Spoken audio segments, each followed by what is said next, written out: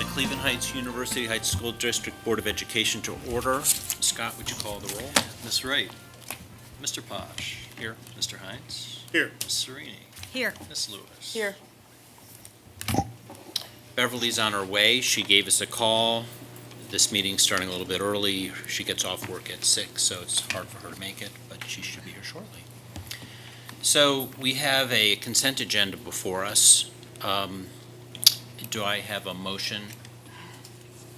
I motion that we consider the consent agenda. Do I have a second? I second. Do we have any discussion? You do have Scott. architects here to discuss any of the business services projects that you have, as well as, I'm obviously available for any questions you have that are still unanswered on any of the finance items. Okay, I wanted to first off thank you, Scott, for answering all our questions by Absolutely. email. Thank you for because sending them in advance. I appreciate that. Now I don't feel nearly so stupid. Well, no, and the one point I would like to make very quickly is that we did get the library tax budget from them. They did approve that last night, so as the taxing authority for that entity, even though they are responsible for preparing their tax budget, you all approve it on an annual basis to submit it to the county so that they can get all the taxes that they have coming their way. So that's really the purpose of that document. It's really not much else to it. And we do the same. So every entity has to demonstrate the need for the tax dollar. What entity doesn't need the taxes they've levied, I'm not sure, but we do have to do that, so. Okay, so, I mean, there's a couple things here that are bundled into one vote. But the middle school facilities update, we need to go through that. So, you have That's outside some? of the consent agenda, though.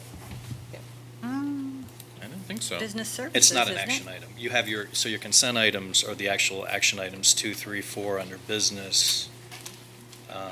So if you want, I mean, you can proceed however you want, but if you want to do the consent approval first, that would be those 3 items under business, because you see B1 is labeled just information as a conversation under business services. Then you have your 3 action items there, your 5 under personnel, and your 7 under fines. Yeah. But however you want to proceed. And then, yeah, you guys see that where it says, and it has just, we'll type, and it has information, and then when you click on item 2, it has the type, it has action consent. So if we go back to 1, Got it. that one. Yeah, well, Okay. okay. That's I was just for going through the information. order of Okay. working our list, way yeah. down until we get to the main items in the work session. I think let's discuss it. We're not voting on anything for the middle school's update. It is solely an update. Correct. And we do have, I know we have some questions about that, like this meeting that's tentatively set for the 24th of 24th of July. So I think we wanted some information on that. So why don't we start with that and just work our way down, if we could. So, the middle school's update, the 2 bulletins, or the bulletin and the monthly report, which we've already read. Right, and so we really don't have new information. We wanted to give an update. We have our whole team here to be able to answer questions. Dave Tabor from the BAC is with us today. They've prepared a statement. I think it was kind of a request to have an update from that group. Okay. Dave? It's on. Good to see you Don't again. worry. It's on? You're It's I on. have to do anything? It's always on. Okay. It's always on. It's always on. I don't know. All right, so I'm Dave Tabor. I'm a member of the BAC. And I'm actually pinch hitting for Dan Pentecost, who's our chair. We put together some remarks, really, that sort of summarize sort of the activity since our last update in February, and I think we will have a written report per our charge for July. That's great. So since the last report from Vice Chair Deb Herman in February, the BAC has held 4 meetings and has established a standing meeting on the first Wednesday of each month, which will be held unless determined unnecessary by the members, by the chair and the administration. Basically, I think we had started out with quarterly meetings and realized that we need to put more work into this effort. We've added as onto the committee new board members Malia and Dan, and they have joined as ex officio members and have been very regular attendees, and we really appreciate their engagement. It's been very helpful. In February report, the BAC was pleased to report on significant bid day savings realized in the initial GMP from Turner. That savings allowed the administration with support from the BAC to recommend addition of several alternates to the project. And since that time, and given the large increase in contingency, the administration has been considering additional add items to the Rocks and Monticello buildings. These additional items include renovation of the Monticello kitchens, addition of science classrooms to Monticello, door hardware upgrades, furniture upgrades, the cupola refinishing, interior signage, cabinets and millwork, stage curtain replacement, and several other miscellaneous upgrades. The March and April BAC meetings focus on the value and estimated cost of these items, the benefits of utilizing project funds for these improvements, and the efforts required to add to the project. In April, the BAC expressed approval in committing soft cost contingency dollars for the design services necessary to refine these ads for submission to Turner for formal pricing. The design work is currently in process. The revised facilities master plan was discussed briefly but not presented to the BAC for comment prior to or after submission to the LFCC. The administration also discussed its use of permanent improvement funds and received input from the BAC. In the June BAC meeting, we discussed the first significant negative development in the project. During the spring, it was discovered that the plans utilized to obtain the initial GAP lacked significant design details necessary to deliver the intended finished project. These items are part of Moody Nolan's Bulletin Number 1 and include fire dampers, sheet metal changes, additional mechanical items, and numerous miscellaneous items. During the June meeting, the budget impact of Bulletin Number 1 was revealed to be in excess of $500,000.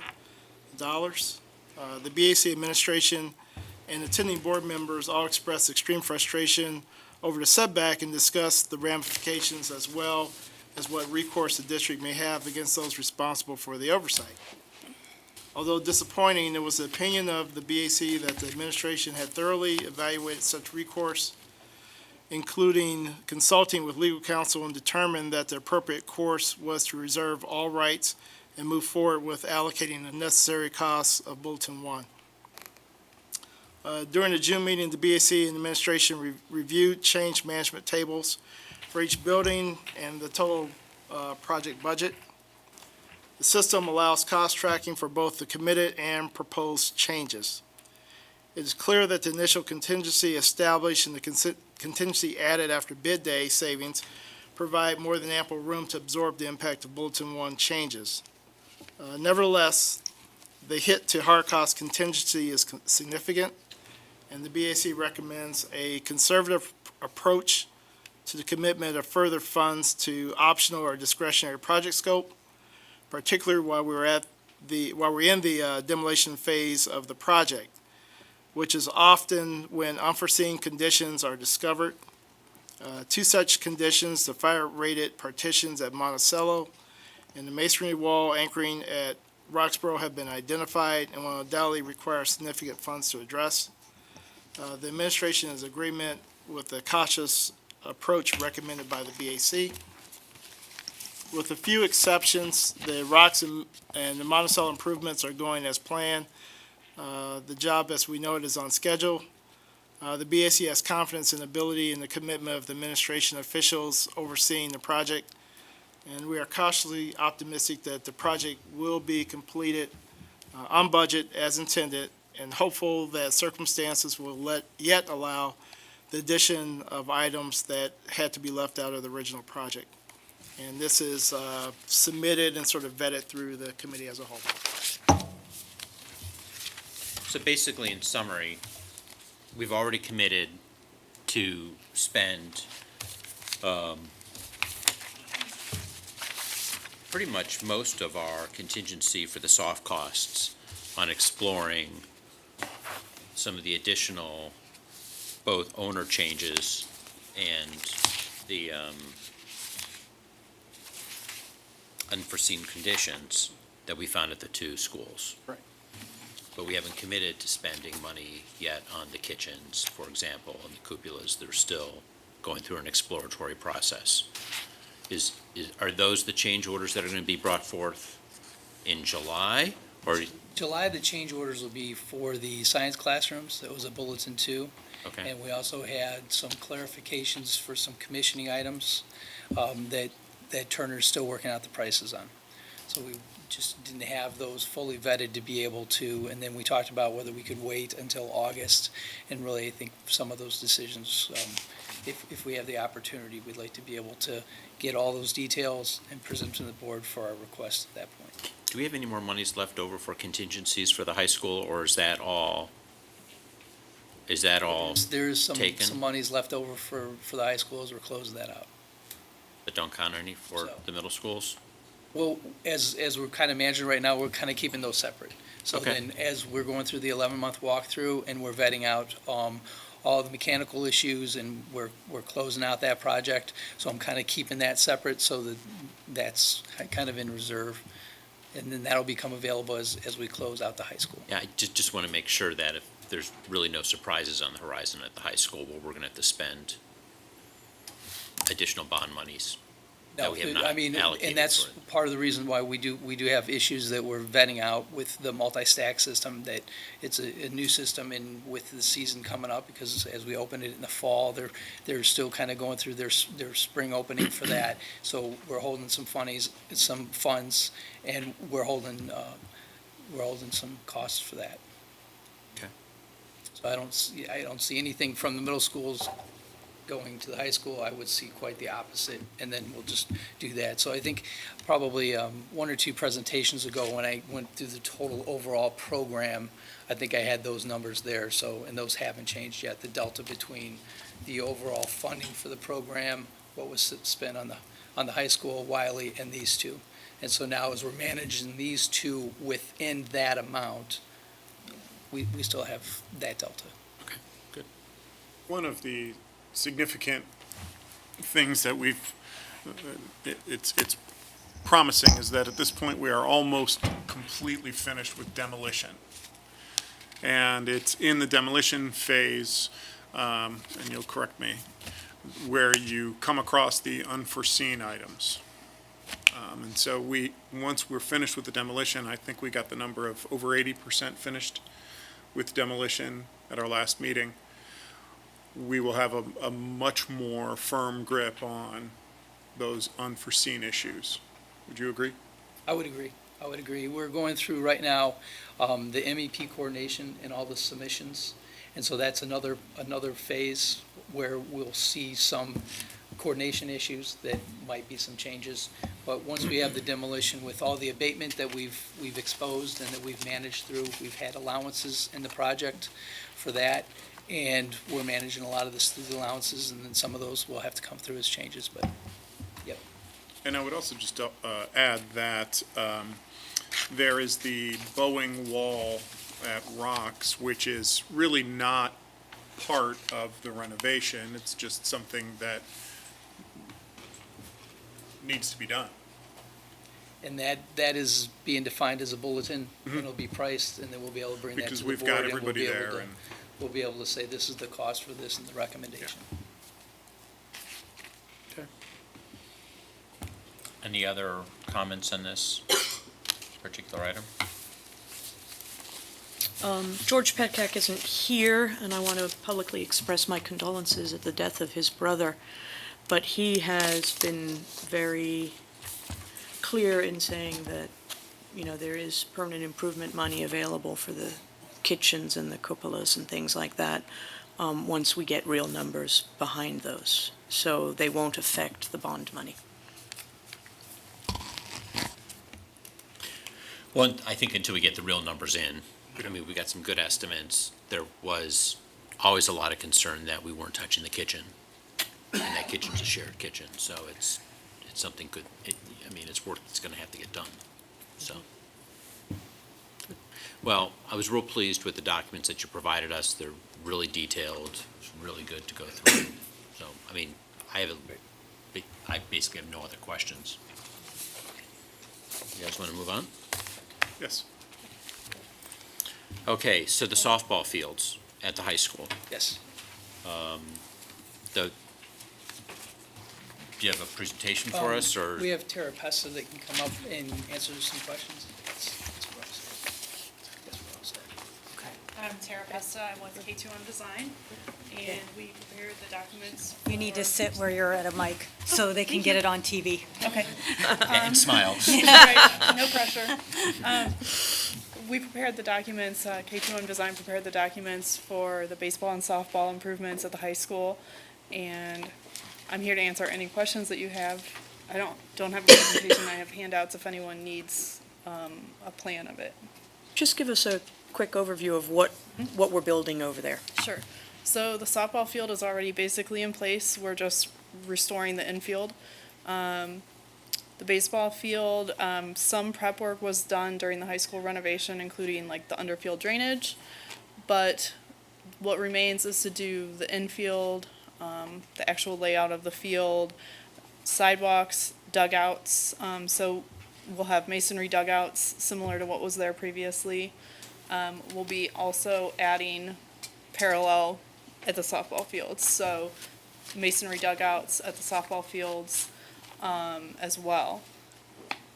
Yeah, sidewalks, there is a discus circle and throwing area as well, which was not able to fit in the track and high school field area and would be an asset to the athletic department. So where's that going to be added? Close It'll to be Cedar or close to Closer Washington? to Washington. Okay. On the edge of the softball field, so the throwing area will go into the softball field. It obviously won't coincide. You're not going to javelin one? Not no. during, no, Do you not during games. do you have drawings? I do. I mean, I think it would be good I'd like for to us see to them, have a good sense of what they look like.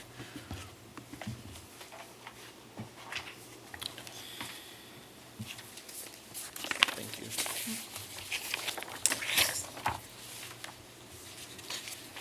So, I think one of the concerns was, when we were working on the high, okay, you have three new board members, and I know George is not here, but some institutional knowledge.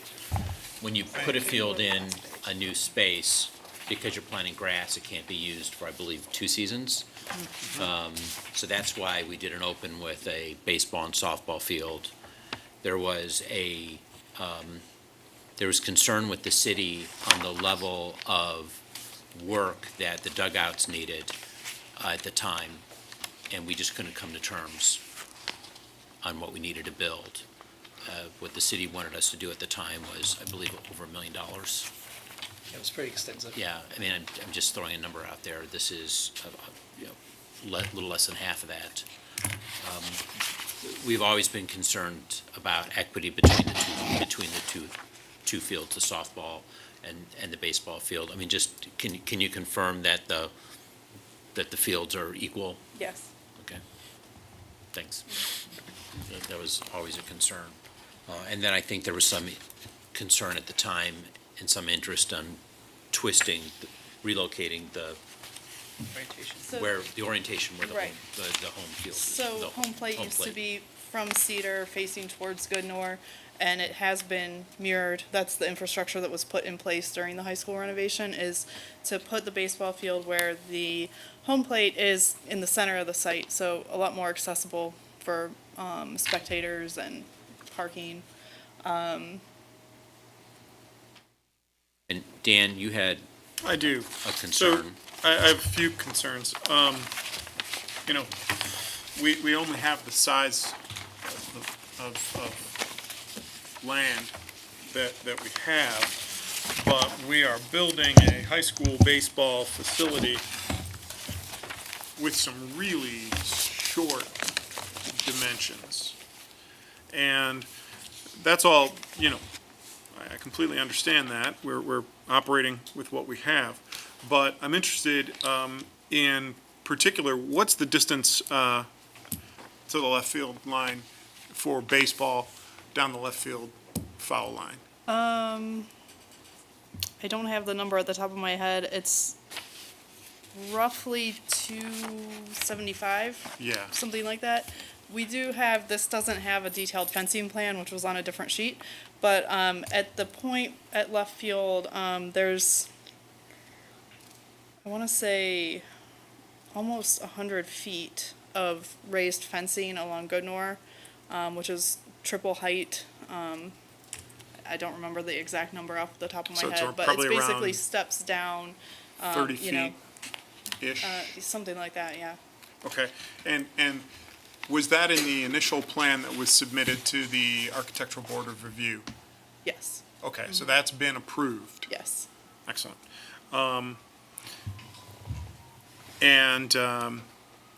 Is that, so that is permanent fencing? That's Yes, it's not netting, It's it's not fencing. netting. And how far do you have in mind? I'd be really, I guess the short answer is I'd really like to see those drawings. I'm not sure. If you don't have them with Yeah, you, I I'm not understand. positive. I spend a lot of time at high school ball fields, and so I sort of, I do,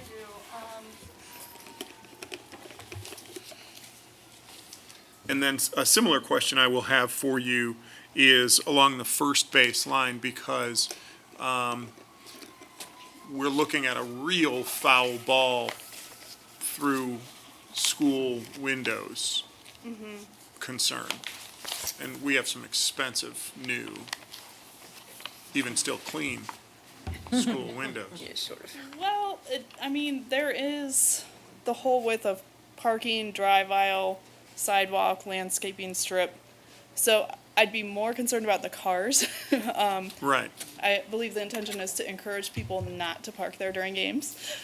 Yeah, I have a hunch we'll be closing that off, Yeah. actually. So, Aren't most of the spaces, though, spaces that are reserved for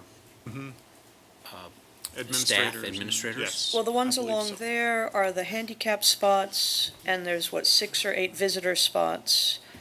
And then closer to Cedar are the staff spots. yeah, and the handicap spots are actually closer to home plate, so it'd be like a Yeah, very low, yeah. you know. So it's the ones towards Cedar Issue. that will be the concern. He's the baseball expert. Yeah, My kids play t-ball. yeah, we took out a Cleveland Heights van's windshield that was parked right about where the handicap spaces are. Yeah, yeah. So, and that may be something that we just have to move in and feel out for a little while, and we can make some I think the changes after the feeling- first season. Yeah, and I think the feeling is that it was a compromise, like, you know, But we only have the into the piece of land parking we lot have. versus into Cedar Road, Right. was kind of Right. a good trade-off. And speaking of which, so you said it was about 275 down the left field line. What do you have down right? That would be approximately the same, I believe. I don't have that dimension Yeah, it's in front of me. yeah. Over 300 if my Yeah, thumb is that's any me too. gauge here. That's- Yeah. Yeah, I think it's probably around 325. And then George had talked about water. Yes, Is water for Yes. the fields, there's access to, that we can water the fields? yes, so the intention is to tie into an existing water main that is located near the driveway off of Cedar, and bring that over to a hose bib right outside of the home baseball dugout. So it's kind of in between the two fields. They could hook up to water both. Good. And what will we be doing for bathroom facilities, access to bathrooms? Anything? Nothing. So that's going to need to be something that we make access to during the season, Right. We talked about porta potties. Yeah. Or just going right into. which is into that's the- very common also. And then there had been a brief discussion at one point about lights. That's not in this plan. Correct. And that would require us to go back to the Architectural Board of Review. Correct. Okay.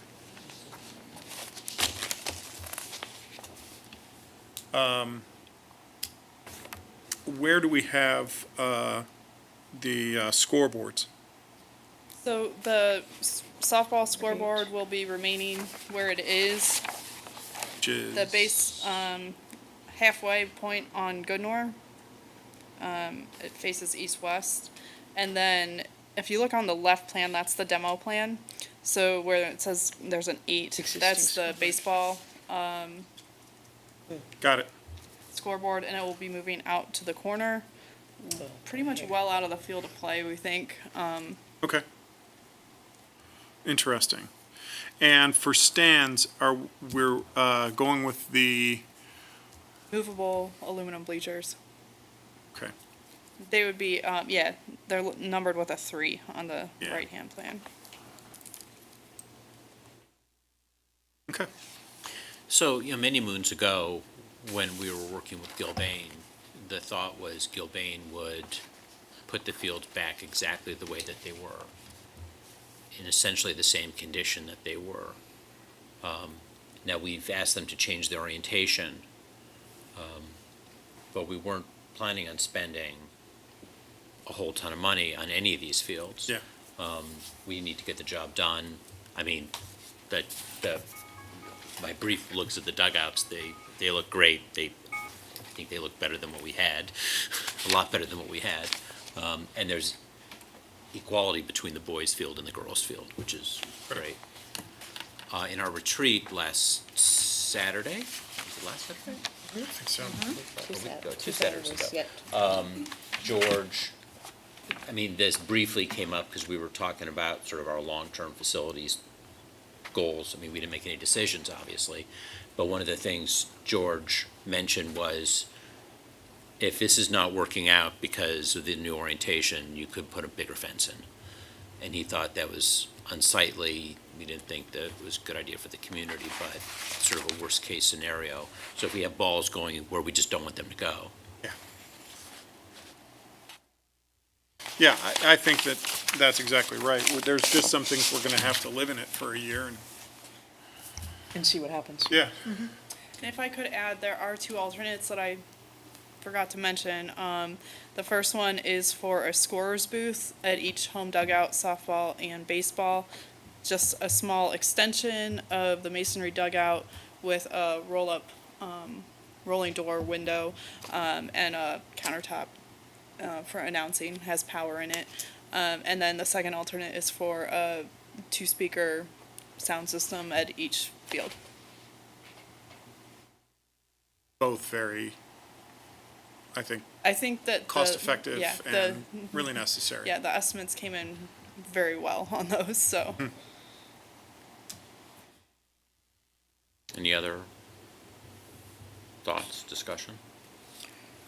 And move on to the tennis court repairs at Roxborough. Yep, and that's the last Last page. page. So the project for the tennis courts at Roxborough is a restoration of the existing courts. Fencing will remain. The actual court will be resurfaced, so the courts that are there are cracked, there's weeds growing through them, that will be taken care of, the cracks will be patched, and a new surface will be poured over it.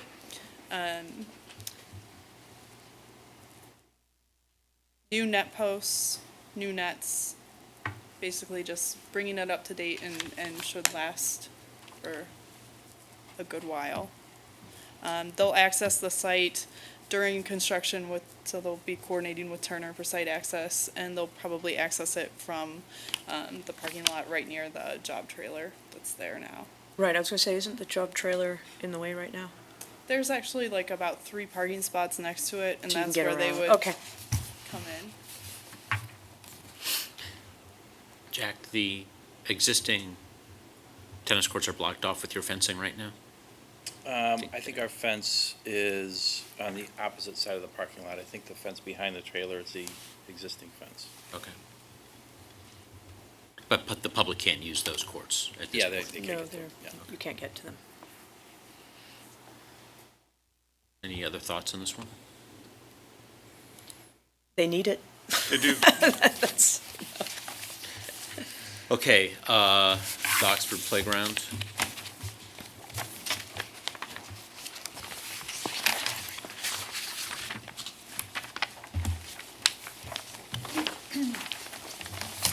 Good evening. I am Jamie Schwartzberg. I'm with Daru Landscape Architecture. And Jamie, did you do the Roxborough? we did, yes. And I am the stand-in for George tonight, who couldn't be here. I have, copies of some plans. Were you with McKnight at one point? Yes, I was. And you have a long history working. Yeah, so we've been working with the school district on the playgrounds for a long time, as you know. You guys have kind of been working through from worst, from the worst playground that hadn't seen improvements in the longest time. We're up to Oxford now. So Oxford is on the rotation for planned improvements. Right, so Okay. they all have, 4 years ago, we did a kind of survey of all the existing conditions at the elementary schools and Kind of prioritize the Prioritize. ones that were the worst. so we're up to, Roxborough, I think, was the worst. Yeah. So we're up to Oxford now. We started the process, we met with the PTA. We talked with them about the different playgrounds, the goals of the school, the mission of the school, how we could sort of foster that through enhancements on the playground, how we can foster educational goals through play. We did an evaluation, a site evaluation of the existing conditions on the playground, and the two that the PTA decided they wanted to focus on were the two that had both seen the least improvement over the years and also had some safety code violations, just because the safety code has changed over the years and the things that are out there no longer meet the code. So they chose those two. So we started the process. We had a voting night at the school, and a phone call was sent out to all the families. We met on the playground. I think like 50 kids showed up. Wow. Everybody had, everybody got to like mark on the plan. You can see what they got showed pictures, what would you like here? What would you like here? Everybody got to vote. Based on those votes, we assembled 2 options for each playground. They had a family night at the school. It was, I think, promoting literacy. And so parents and kids got to vote that night. Everybody got a sticker, and they got to pick which design they liked for each playground. So we feel like we got a lot of good buy-in, and the kids were super excited, which is like adorable.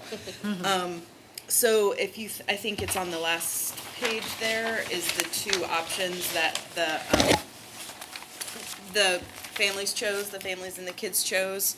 The first playground, the existing equipment is all in good condition. There's one piece that needs to come out to meet fall zones, and then we're gonna add some new pieces in between the existing pieces. And then on the other playground, we're basically keeping one piece. We're keeping the monkey bars, and everything else is new. It was all either not to code or didn't fit, so the cost of trying to work around it was not worth, so we're replacing everything there. The estimate was $113 for all the work, including bringing everything up to code, and our bid came in at $112.10, so we're happy with the bid. I think George indicated he wanted to there were 3 alternates. One was to replace all the mulch at the first playground, because we're just doing a little bit of spot work, and that bid came in at like $10,000, and we were like, yeah, no thanks. The other one was to repaint the existing equipment so everything looks new and fresh all at once, and that one was $875. He wanted to accept that one. And then the other alternate was to make the little climber, the twirly climber on playground 1, 5 feet instead of 4 feet, and that was like also an additional maybe $1,000, and so he indicated he would be interested in accepting those 2 alternates. Can you just maybe update the board? What are the safety of each of these items? What are the so we can understand, so they can have some guarantees that these items, if operated efficiently, are safe for kids, regardless of what kids and parents chose? So they're all from reputable playground manufacturers. The district has used 3 manufacturers over the years. They're national playground companies. They go through rigorous safety testing for all their equipment. And that was the range of pieces that we showed everybody were from those companies. They're all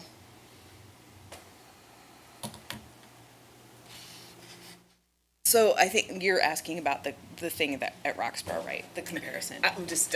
George asked me too. Right, okay. You can just say it. It's a concern, right, I Yeah, just it's wanna a make concern. sure that And it's that a we're. good question. So, part of what we think was the problem at Roxborough is that piece, the kids loved it, and they kind of overloved it.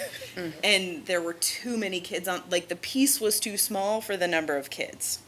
So if you look at like the 2 pieces that spin on this one, that one is meant to accommodate 20 kids, not 5 kids like the other one was. It's much more similar to the one at Fairfax, Okay. only it's not as tall. Gotcha. So George and I talked about, he was Gotcha. like a little nervous too, and we Okay. said, there haven't been issues at Fairfax. Right. We feel like that's a better design and it's safer and it accommodates the number of kids that are super excited and want to be on it. And the other one, the one that spins on the first playground, is actually, it kind of weeds out the shorter kids and the littler Because you have to be able to kids. reach the handle. Because you have to be able to reach the Right, yeah. handles. Yeah. So that sort of, it doesn't accommodate as many kids, but it's also like really for the bigger kids. But you have to have kids standing back, because depending on how you. Yeah, so It's all you're they're spinning, all, yeah. they We'll all pick each require, other up to reach. they all require, minimum 12 inches 12 feet between place pieces, and Yeah. that one actually requires 15 feet between Gotcha. pieces, so. Okay. I would assume that probably the foot, the landing zone, if you will, because when you're done, you drop for the most part. Right. So that's gonna have some deep, soft landing. There is one of these at Noble, and I think you'll see it's also well-loved. Got it. They kind of get like swings underneath them, like everybody uses them. So I have some questions about the materials. In a couple of these, there are sort of ropes as a really important piece within the climbing. Those, now, I'm familiar with the, there's an amazing structure at Horseshoe Lake, sort of like a pyramid. We're talking about equivalent, because I am concerned about how much kids love it, and is there gonna be maintenance? Is that gonna stand up, hold up to the test of time? Yeah, it's the same material, and I think McKnight did the one at Horseshoe Lake, Okay. and that was It's a long 10 or time 11 years ago, Yeah, it's been and a it's been a long still- time, it's held up quite nicely. I don't think Shaker's done any maintenance on it. Mm-hmm. So, and actually the web climber is the same one that Roxborough has. And then, I have an expert here, so I'm gonna use it. Use it being you. I've heard that, in Ohio revised code says we cannot, once a piece of playground equipment is installed, you cannot remove it and install it somewhere else. Is that true, to the best of your knowledge? I've never heard that, but I've never had that situation come up. I could find out. I'll find out. I'll let George Talking to a know. playground attorney, I'd be curious. Well, I mean, I think we need to remember that. And I'm thinking about the Roxborough incident. I mean, a playground is a place for kids to play. Yes. And I think not that it can be dangerous, it needs to be safe. We're buying things from reputable Yeah. firms. We have an expert on hand that does a lot of these. And this, I know my kids who graduated out of the system and were sad to see their old playground at Rocks go away. I walk by there now and I see a lot of kids having a lot of fun. Yeah. So, I certainly want to see that happen in Oxford and all the other buildings. Playgrounds are learning spaces. I mean, they are important learning spaces. This is where you learn to play nice with the kids around you, and this is when you're doing the spinner, you're learning physics. I was gonna say, we need to send the science classrooms out to these, because this is a lot of fun. Yeah. The fence that separates the swings from the other stuff, is that staying or does that go away? I'm just looking at this internal division between, On the Objects. second playground? yeah, on playground 2. That goes away. Okay, good. There is. Because in that's that- what makes room for the climbing web. There, Okay. and that's, I don't think you guys have that at any of the other playgrounds anymore. That space in the. The fence. Oh, the I think fence, there yeah. was one at Noble, but that's gone. I don't know why it was there unless it was to have like age restrictions on certain I equipment. think it was just to keep kids from, walking in front of a swing and getting kicked. But Well, you only the did that code has, once. so part of why, you only do that once. But part of why that swing has to come out is because the code has changed and the actual safe zone for a swing is 8 or 10 feet bigger than it used to be. I see. So there's a lot more room around swings now, and I think that helps. I love the fact that you included the families and that the kids were there, and Great. I love hearing that there were over 50 kids there. That's fantastic. The process was It was fun. pure heights. Any other comments so we could move on? We got a lot going tonight. What's the priority order? First, is it Oxford, Roxborough? I don't know. No. That was internal to the, It's on the jump drive that George gave us with his list of Yeah. things each fiscal year. And so I went and took a look, and it's like, next in line is Oxford, and I don't know what's next after this one, I can't remember, but he's going through each of the I think playgrounds. there's still a wood structure at Canterbury that might need to come out. There's the kindergarten playground at Fairfax that's still wood. I would guess, my guess would be those are the next priorities, but I'm not certain where it all. Yeah, I think you did Roxborough. I mean, what I anecdotally remember was, it was a lot of wood, very expensive to maintain. There was some arsenic in there. They really needed to get rid of that. So I think the goal is just trying to, Bees were living in it. It was getting. Pretty bad. okay. Okay, thank you. So we have a couple more things to go through. We have the personnel issues. Any comments, questions? The finance issues. Got back to us on our questions, I think, during the day for that. Yep. If there's no other questions, I'd like to call the vote. Mr. Posh? Yes. Mr. Hines? Yes. Ms. Serini? Yes. Ms. Lewis? Yes. Ms. Wright? Yes. So, Dr. Dixon, we have the Equity Opportunity Schools presentation. Yeah, Equal Opportunity School, we have, there she is, Dr. Lisa McKinney and Dr. Brian Williams over here to give us an update on how the program is being implemented and how well it's been at the high school.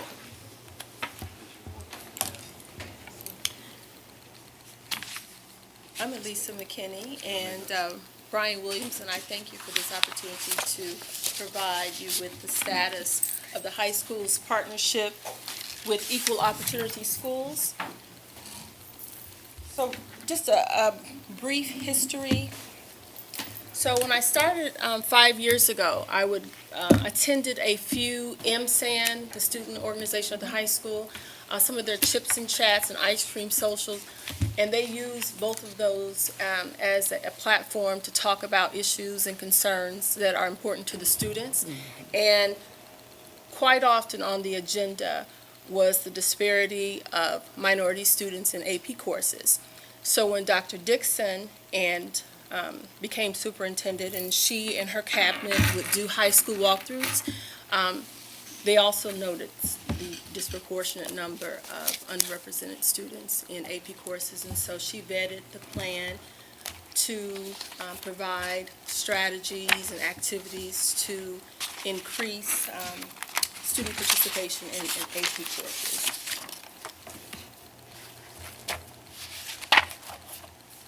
So, strategic goal number 2. And so, our goal, everything that we've done for the past 3 years, is to make sure that all students are afforded the same educational and academic opportunities at the high school. Our first year, we started off with just really compiling a lot of data. We formed a site team, so Dr. Dixon, Mrs. Gould, Dr. Womack, Mr. Swagger, Ms. Bird of the Data Department, Mrs. Toya Robinson Snowden's her new name. Ms. Searcy from the guidance, and the principal and I. So we formed a site team, and we would meet regularly with EOS either when they visited or webinars. But we just compiled a lot of data. So we've surveyed. The first year, I think that we surveyed the students' cultural mindsets, surveys to create student profiles. We surveyed teachers. We met with subgroups, AP teachers, non-AP teachers, MSAN students, parents, just compiled a lot of data. And we were trying to determine why students weren't signing up for AP courses, why parents weren't asking or even demanding that their students, their children were in AP courses, and then once they signed up, why they were dropping them. So 2 top reasons from all of that data, the students said that they didn't know about AP courses and that no adult in the high school talked to them about AP. So everything that we've done to align with strategic goal number 2 has been to make sure that all students know about all of the higher level courses that are afforded to them, and that whether it is the guidance counselor, administration, teachers, and even parents are talking to students about AP. So on the flip side, we did survey underrepresented students who are already taking AP courses, and so we used some of their reasons as our platform to get kids excited about it. The college credit piece, the opportunity to gain college credits. AP courses are weighted, so your GPA will increase. The challenging academic and assignments in AP courses. Many of the AP classes are structured like college classes, so they have those experience. And just an opportunity, we have 19 AP courses at the high school, so some is just based on subject interest. And of course, the fact that your friends are taking an AP course can be a huge determinant as well. Absolutely. Absolutely. So, at the end of the 2017-18 school year, an additional 188 underrepresented students were registered for at least one AP course. At the end of this school year, we have an additional 256. So we have increased. We're trying to get students to, we have a lot to offer students at the high school. So it is not an or, it's an and. You can take AP and CCP, AP and CTE, AP and. So we have definitely increased. From our surveys, we learned that we have almost 90% of our students who want a college degree, 2-year, 4-year, or some kind of advanced college degree. So we're pretty proud that it's not, we have a little ways to go for 50%, but we definitely have increased. We have 39% increase. Can I ask you to, because I don't want to make any assumptions, can I ask you to explain what you mean specifically when you talk about underrepresented students? Minority students. And so are we speaking just purely racial, or are we speaking about, does it include, international, gender identification, or? So mostly racial, which would be international. Right, I would okay. would put that under the same umbrella. So those are the students that were lacking in the AP courses, Okay. disproportionate to the percentage that they make up in the high school. So, An annoying question. What about students whose parents have not attended college, who are therefore not necessarily in the same mindset as those whose But that's where parents they are were- going to, like, They were kick them in the butt? included as well. So we Okay. had parent meetings because that's why it's important, so that an adult is talking to you. So your teacher, your guidance counselor, your principal, and your parent. So we have done, Dr. Williams will talk about some of the things that we've done to educate students and parents who don't know. But I was want to underscore to your point too, when we started this journey, we were intentional about minority presence Got it. in AP courses. Yep. So that's where it was clearly we didn't have them. and that's why Well, I the just want numbers to were make sure that I was seriously skewed. understanding the Yeah. terminology Yes, correctly. yes, so so we had when we think about our population of our school district, and so we have about 1,800 students at our high school. The number of minority students that were present in the AP classes Right. were very few. And actually, our AVID students did a presentation to the board. Yeah. And they actually shared with the board at that time, they didn't even know that they could take AP courses. They used to see those kids in those classes. And so we had a system where students didn't believe they had access. And we have 19 AP courses. Yeah. So we had to undo some of those systems that were in place and that mindset so that students understood that they had a place in that classroom if given the opportunity. So to your point, that's informing parents, first generation student, all of that. Yeah, you have the opportunity for more rigor in these classes, but we had to reflect and look at ourselves, and EOS allowed us to put the process in place where that could happen for students, and students felt safe and even talking about it and the structure. So I'm sure they're going to talk about some of the other things that they had to do. Right. So to echo that, this process and our partnership with EOS is, number one, to bring about awareness, and then to support our students in AP courses, and most importantly, to retain our students in our AP courses. So our slide that we have is what we've accomplished thus far over the years, is we've established a AP Success Camp, which is formerly known as Boot Camp. And this for first-time students that are taking AP courses. And it's designed to be inspirational, motivational, and a support system. Students learn tips for success as they are moving into more rigorous courses. We have AP parent meetings, which is essentially what we're alluding to now. So informational meetings for parents to prepare them and with information with regards to the courses that their students are about to take. We have our 10th graders that are being mentored by our MSAN students, supporting them, helping them to navigate the terrain as they go through our new AP courses. Our counselors actually have outreach to connect with students, to encourage them to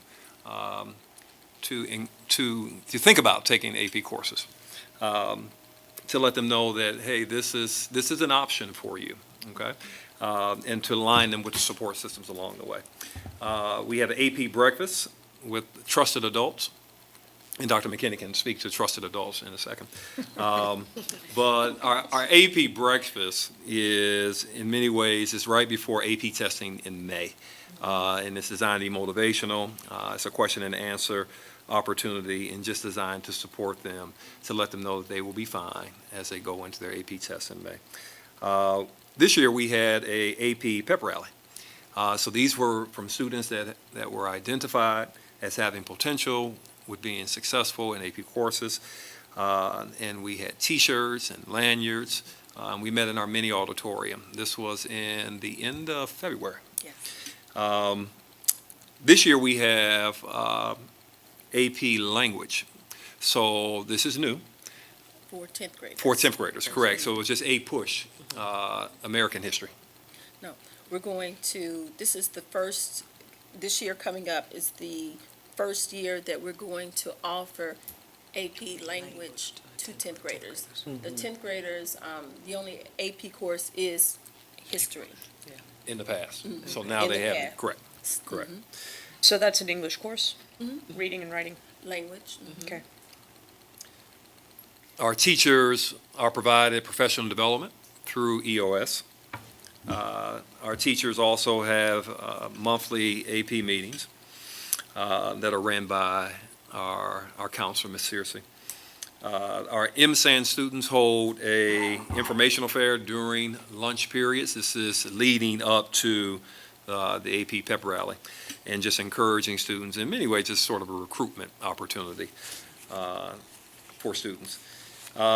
Our ninth grade students take a survey to determine their views on AP prior to registering for AP classes. And that's part of the work that EOS does for us, to tap students that have the potential. And then this year, we created an AP video through our TV production class. And you can see that online. It's an 8-minute video. Students that are in AP courses are given testimonials, and it's designed to be motivational to encourage students to step into the rigorous terrain of AP courses. So all of this is designed to, number one, create awareness, the support systems that were just delineated, and designed to retain our students in AP courses. Have you seen an increase of numbers of the African-American students with all this in place now? Or if you have that information that are signing up for AP courses? 256 Oh, okay. For the coming school year. for the coming school year. And So that's it was an 10th, increase 11th, for last year. The year before it was 188. Now, historically, APUSH has been used as, how to phrase this, the gatekeeper class. And it is a tough class, without a doubt. And so it very quickly scares kids off from taking any other APs. I mean, every AP class is easy after that one, but you have to get through it. So this 10th grade AP English class, is that going to, do you think, increase the number of kids who are then Couple of things. hooked? So we're going to start providing supports to students at the beginning of the year. Cleveland Heights has a drop policy, so you can drop classes, and that's what we're seeing 3 weeks in. You have an opportunity to, so we're going to start providing support before 10th grade APUSH. So one of the reasons why it's important for teachers to get PD, the cultural mindset of teachers also. Yes. Because when I was in school, class of 85 graduate, I remember it was okay for the teacher to say, look to your left and right, some of you won't be in here. That's old. That, you can't So- do that to kids. It's so And not that fair. mentality is old, and Yeah. so we want classes to be challenging and rigorous, but not discouraging. And so we'll be providing, it's important that we provide PD. Yeah, because APUSH has been, it separates the wheat from the Discouraging. chaff, which is not fair because sometimes you just need that extra help. Absolutely. And then you'll be fine. But I want them to be honest too, and let you know that, we don't necessarily, even though we're pushing this, that doesn't mean everyone is on board. Because, those strong, staunch AP teachers really believe that certain kids belong in that class and certain kids can do that level of rigor. That's our reality, not just here in Cleveland Heights, but nationally. Well, So yeah, I mean, part AP of it is supposed to be hard. Right, That's it's okay. Right, but it's not supposed to be that you don't have the potential to do it, and Yeah. then that you automatically come in and you have all the prerequisites to ace it. So it's building those other skills and those safety nets that, okay, yes, you have to study differently. You can use your corner notes that you're learning in Avid. You have all of these strategies that are good, and I'm gonna be patient with you because I want to move you toward proficiency and move you toward those different study habits that's going to even help you through the next one. So I think us eliminating that gatekeeper class, because those things they're designed purposefully. I'm Yeah, not saying that we I mean, did it it's purposely, intentional but to they're intentional. Keep certain kids out and Right. allow and- certain kids in. Right, and so Yeah. we're saying, you know what, yeah, give the kids an opportunity. If they choose that they don't want to take another AP course after that, that's fine. But at least they have an opportunity to take it and they understand what this means for the next AP course. And they have the safety nets in place, the professional development that's provided so teachers can talk about, because AP teachers traditionally want high AP scores. They're very competitive. I mean, you make. On their tests, yeah, but we on those haven't, test scores. historically, we haven't gotten those high scores in the APUSH exam. I mean, an awful lot of kids don't do well on the test. Well, we need to, it seems to me that there's a couple things, we talk about professional development, and I've talked in these discussions quite a bit about sort of academic development, that we can, I think, do better about creating a curriculum before AP that helps to develop those skills, so it doesn't seem like such a jump. More honors courses in things like American history, things like history at the middle school, so that the kids aren't going from regular classes all the way at once up to AP, and instead having sort of that higher rigor in between of honors courses, I think is something that we can do better with. I think that the AP boot camp is a great addition. My son will be in it this year. He's really looking forward to getting up early for those days. Yeah, he is. Like So the thank dad you is for going to that. drive him there. So, hey, I'm up early anyway. But, I think that with AP too, though, there's a little bit more to it. We don't really, AP is AP. It is a course that we don't really design the curriculum for. We are implementing this existing class. And it seems to me that if our students are not finding a whole lot of success on the exam, we really do need to look at what we need to be doing better in terms of presenting that material. And, that is things like more professional development and et cetera. But it's a hard case to encourage a young man or young woman to sign up for a very, very rigorous class where they know they're going to work their tail off, and then for them to work their tail off and not really have a significant payoff at the end. So, whatever we can do as a district, I think, to make that the payoff there for more of our kids, that will create a larger snowball. Like, yeah, that was really tough, but guess what? I don't have to take it at college. So. Two of the things that we do want to tweak and do better of, we want to expand the mentor program. We just started off, I think we had less than 15 10th graders, but we want to grow that because certainly it helps to know someone who's already taken that path. And the trusted adults, as Dr. Williams mentioned, was a part of the survey. And so it's something that the kids, who do you trust? The adult. And so I shared it with the teachers, and some teachers had 150 and some had 0. So it was really eye-opening. But every student who took the survey identified a teacher or two that they trusted. And I think sharing that information with teachers was powerful because if you didn't know, now you know that you really make a difference academically, social, emotionally for children.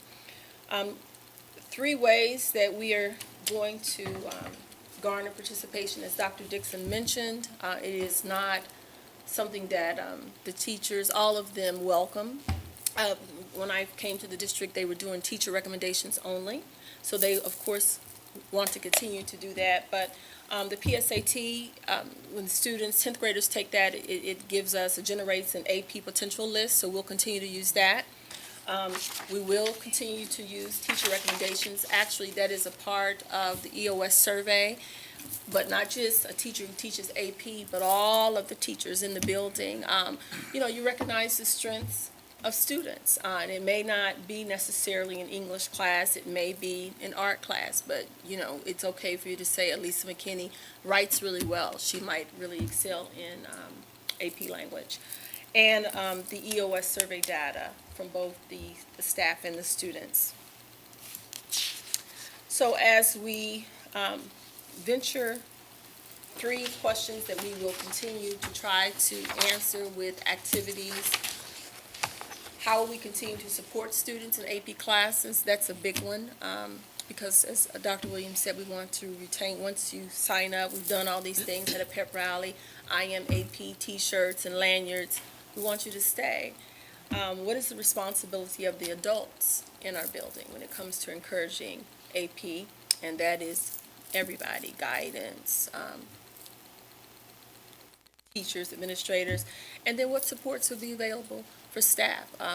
One of the things that came out in the survey, we asked teachers, are you interested in teaching? Because there's no really such thing as an AP teacher. You're just a teacher who teaches AP. So any we've gotta teacher can get- do it, it's not a specific certification? Correct. Okay. That would be correct.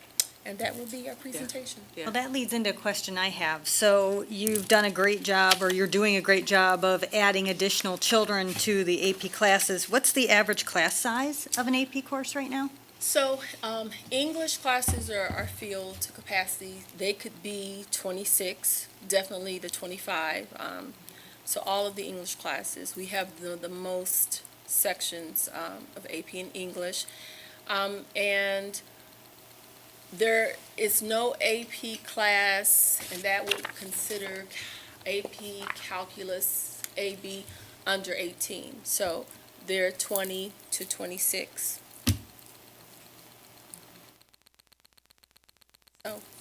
Are we getting close to capacity? Do we have plenty of room to pull more students into these? And so what we looked at with the schedule, since we have 19, a lot of districts who offer, you do like maybe an AB, so that students have an opportunity to take as many AP classes as they like. You just, so 1 year you offer AP chemistry, the next AP forensic science, so Okay. that you have an opportunity to take both, if you so choose. But that's kind of problematic. So, my kids came from a household that sort of understood the system and helped them, well, demanded that they took AP classes, okay? And a lot of the cohort of kids, I think, that were trying to get into the AP classes don't know how to navigate the system. They don't know what questions to ask. And one of the hardest things we had as a family is just figuring out that AP schedule. I mean, the years you don't offer an AP class because you go every other year, or calculus AB where, maybe we'll have it, maybe we won't. So, and sometimes it took a bunch of loud parents, not with picket signs, but, friendly asking the principal at the time, we need to fix this. And usually it got fixed, but there's a lot of advocating going on for your kid through this. I mean, that's stuff that if you don't come from a household where you don't realize that that's the norm when you need to take these AP classes. I mean, how do we solve that? So one of the solutions is to do an AB. So we need to, when kids are signing up, this is from my lens, for courses, you don't put all of 19 and then take away. You put what you're going to offer. And so, again, AP Chemistry this year, and so kids are real clear. We have AP Chemistry, AP Forensic Science, AP Environmental Science next year. So you offer every other. And so that would be new to the high school. Right, because 2 years ago, we offlined a couple courses because enrollment was so low, to Yes. your point. And so we needed, and then you think about a AP teacher, so your teacher A has a caseload of 5 classes of 130 kids because they have 5 classes of 5. Whereas teacher B has 5 classes with 300 kids because they have 5 Yes. classes. So you're looking for equity, but you have to be strategic like the high school is doing now. We really need to lay out to students and families when these courses are offered, so you're guaranteed that 20 kids, because that cohort is moving in those classes Absolutely. together. So you have an opportunity. You don't have to do any, meeny, miny, mo. Right. When you should because there's some students who take all AP. Yeah. And music and AP Spanish, and so they should really be able to do that. You have something to say? And we may want to bring in more, because right now AP Computer Science, I think, is the #1 requested course, not in our district, because we don't offer yet. Right. But, never, we don't offer yet. But we've been talking about that because a lot of kids are interested in AP Computer Science. So if we added an AP Computer Science class, would we also look at the run-up to that, Exactly. coding at younger ages? Yes. Yep. So the So that ties into Project Lead the Way, I assume? Yeah. Yes. Okay, good. the 19 courses that we currently offer sort of in the portfolio, not all at the same time. How does that stack up? Do you have an idea in terms of neighboring districts? So I would loaded say question. that You know the answer to when I that. first came here, I told them we have a Cheesecake Factory menu of courses. So we just, if my daughter could go here, I would love it because we have a lot of things for her to take. Many of the schools don't offer that many AP courses, 8 or 9, like hers does, you know. So I just think that is why I'm glad that the high school, for the past year, has really started structuring so that kids, you know, you can Right. take what you want. And it goes what back you're seeing. to, the goal number 2, Yes. you know, the opportunities. So you have 19 courses, but who's in them?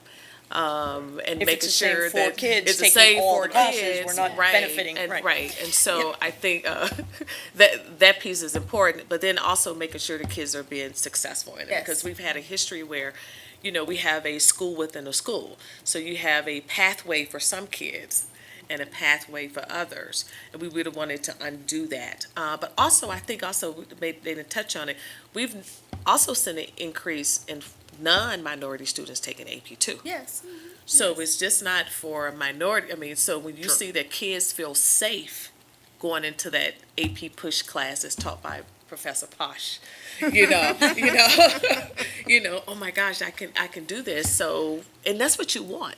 You want to increase the rigor and opportunity for all kids. So if it takes some of those non-minority students to say, oh my gosh, I'm looking at my AP potential scores, no one is having that conversation and say, oh my gosh, Talisa, you can take this course. And then I can go to summer school with your son, and get some of those strategies early on. Good. And you're Wake 'em going to have the push by parents, and parents have a meeting they can go to in the high school where they're networking with other parents. I think we have like a wraparound system kind of set up in the high school for So we students. included all students That's in good. IMAP pep rally. We sent letters out, congratulations, you've been recommended for AP, all students. So the 256, we actually have, I asked CRC last week, a little less than 600 students who take AP, and not class, some of those take 4 or 5 AP classes, Wow. so, but just students. So it definitely That's good. is a school-wide increase. good. Repeat that, so we have a total of about 600 kids It was who are 588. taking AP classes, and Yes. some of them are taking one only, and some of them are taking multiples. Now, your jump from 188 to 256, I'm assuming most, or maybe not, maybe I'm wrong.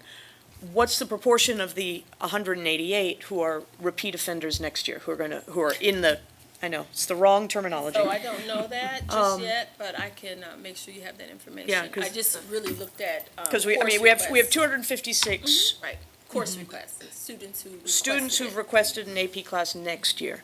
Some of them took an AP class this year, some of them didn't, right? That would be That's- correct. So And it's I- the new ones who we really want to focus on, like, okay, the new kids who haven't done this before, what do they need to be Mostly successful? 10th and 11th graders. Uh-huh.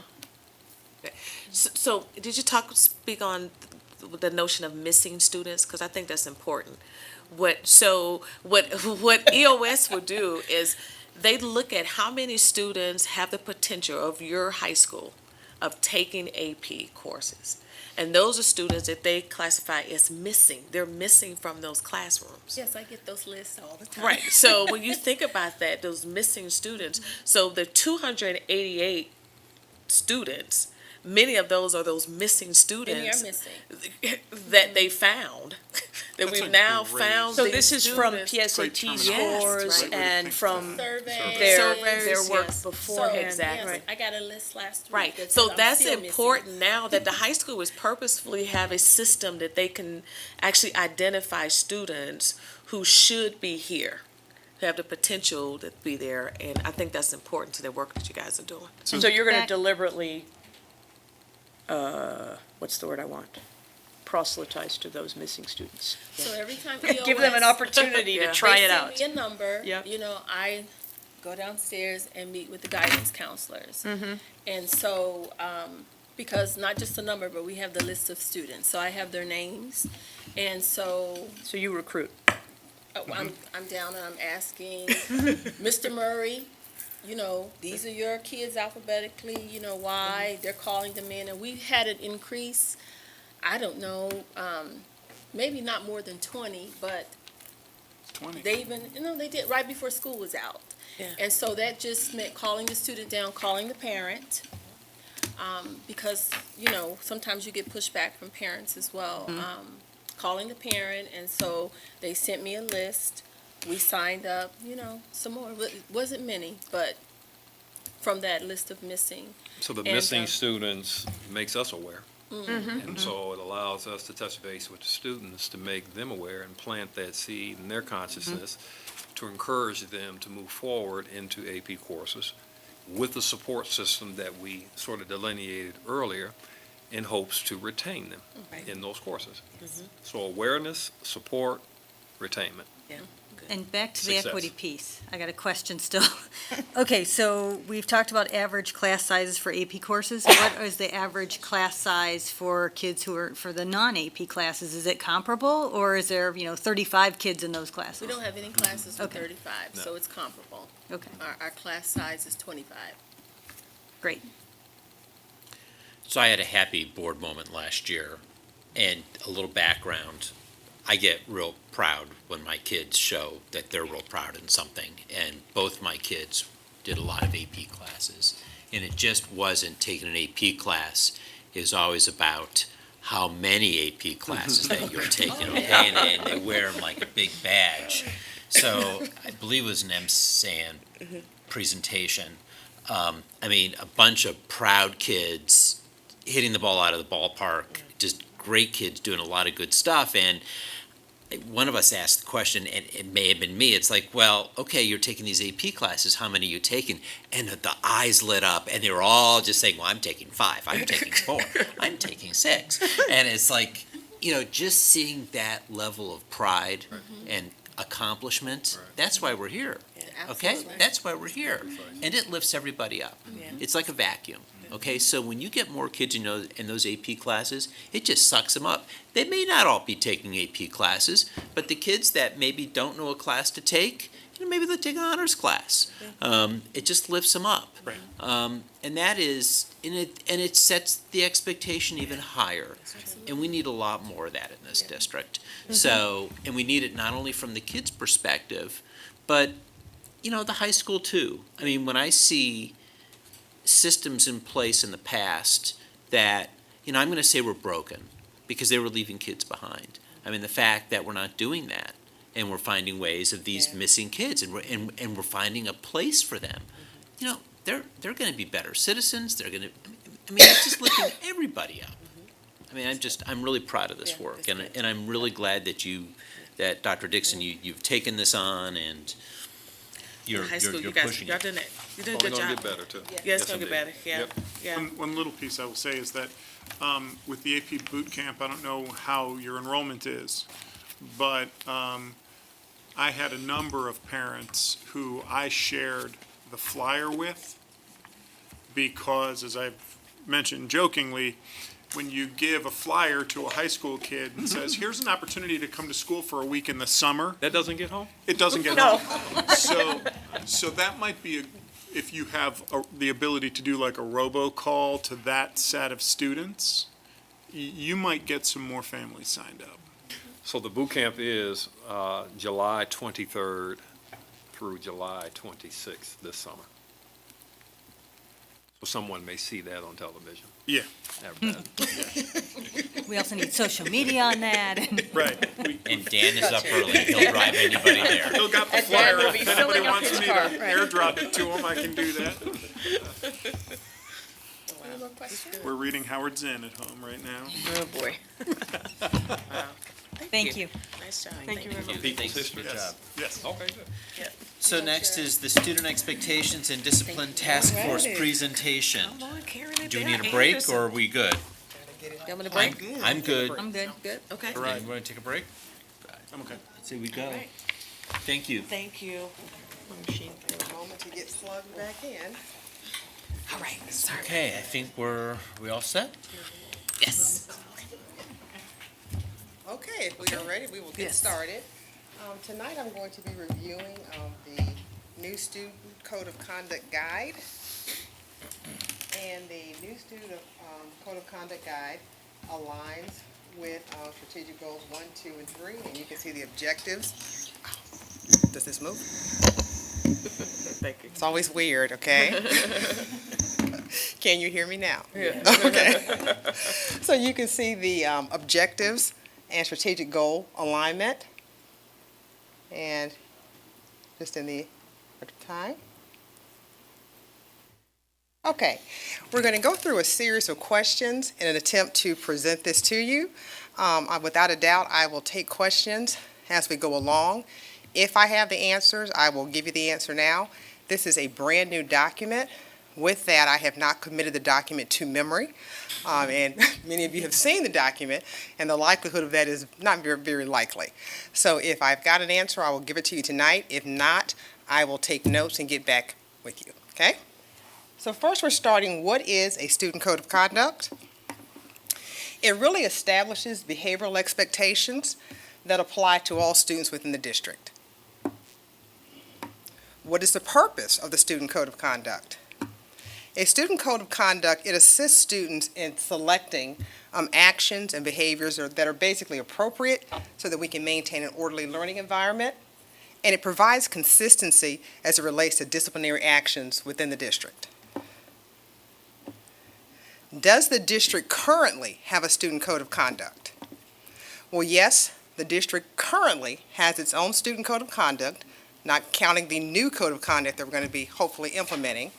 And it's called, you may be familiar with it, the Tiger Expectations and Guidelines, okay? Why is the district implementing a new student code of conduct? In 2014, the district became part of a civil rights or OCR complaint.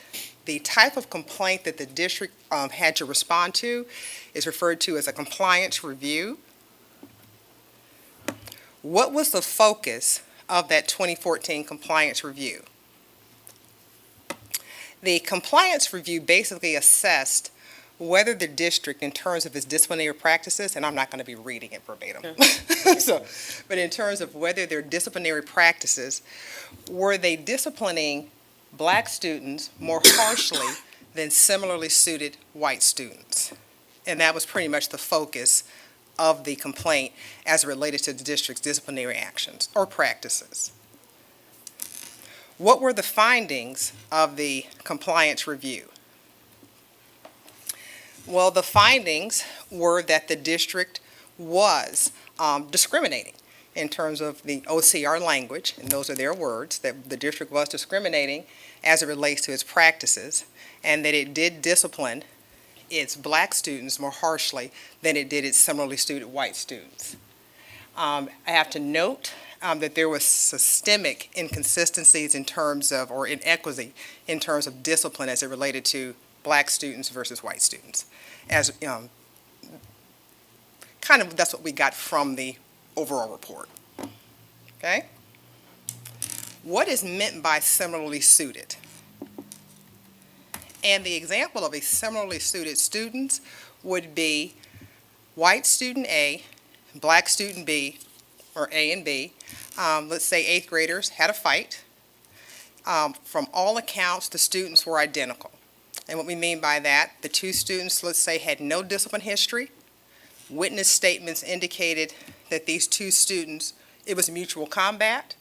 However, when it came time to discipline, black student A received a 5-day suspension, and white student B received a 1-day suspension.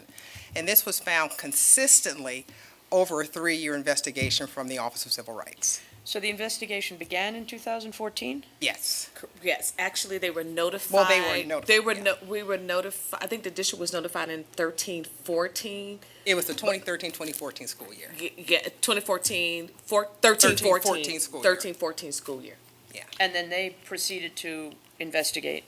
14, yeah, when I came in August of 14, the district was already informed of the complaint and had started the investigation that fall. So do we do the investigation? Or No, was it they do outside the party? investigation. Office of We Civil provide Rights. we provide the evidence based on the things that OCR. So they wants were us to reviewing submit. data from the Mhm. offices, Correct. basically, from each So building. it was Jeff Johnson, Allison Bird, and some others that was working on collecting all the data The points. discipline from- data. Yeah. And this So- was K through 12? Yes. Yes. So this was 13, 14, 15, 16, 17, 18 school years? Is my understand, I'll let you go ahead. No, my understanding, it was 11, 12, 12, 13, 13, 14. I see. Got it. So it was the 3 years But prior. the study Correct.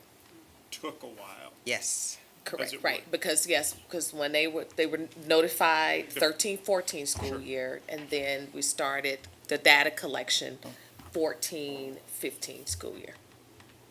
And the depth in which they went into the investigation took quite a while. Yeah.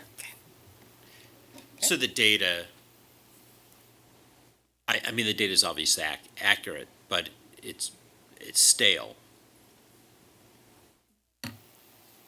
Well, we need to listen to your presentation. Okay. before you go. So, because, I mean, I don't want to jump to conclusions. I mean, Okay. What did OCR require the district to do in response to the compliance review findings? One of the things that they required us to do, they are requiring us to develop a student code of conduct. And they have really specific criteria in terms of what has to be included in that student code of conduct and how we have to respond since we are under an agreement with them. What is the OCR specified criteria for the new student code of conduct? So what are they requiring us to do? And there's quite a bit in terms of what they're requiring. They're requiring definitions of misconduct.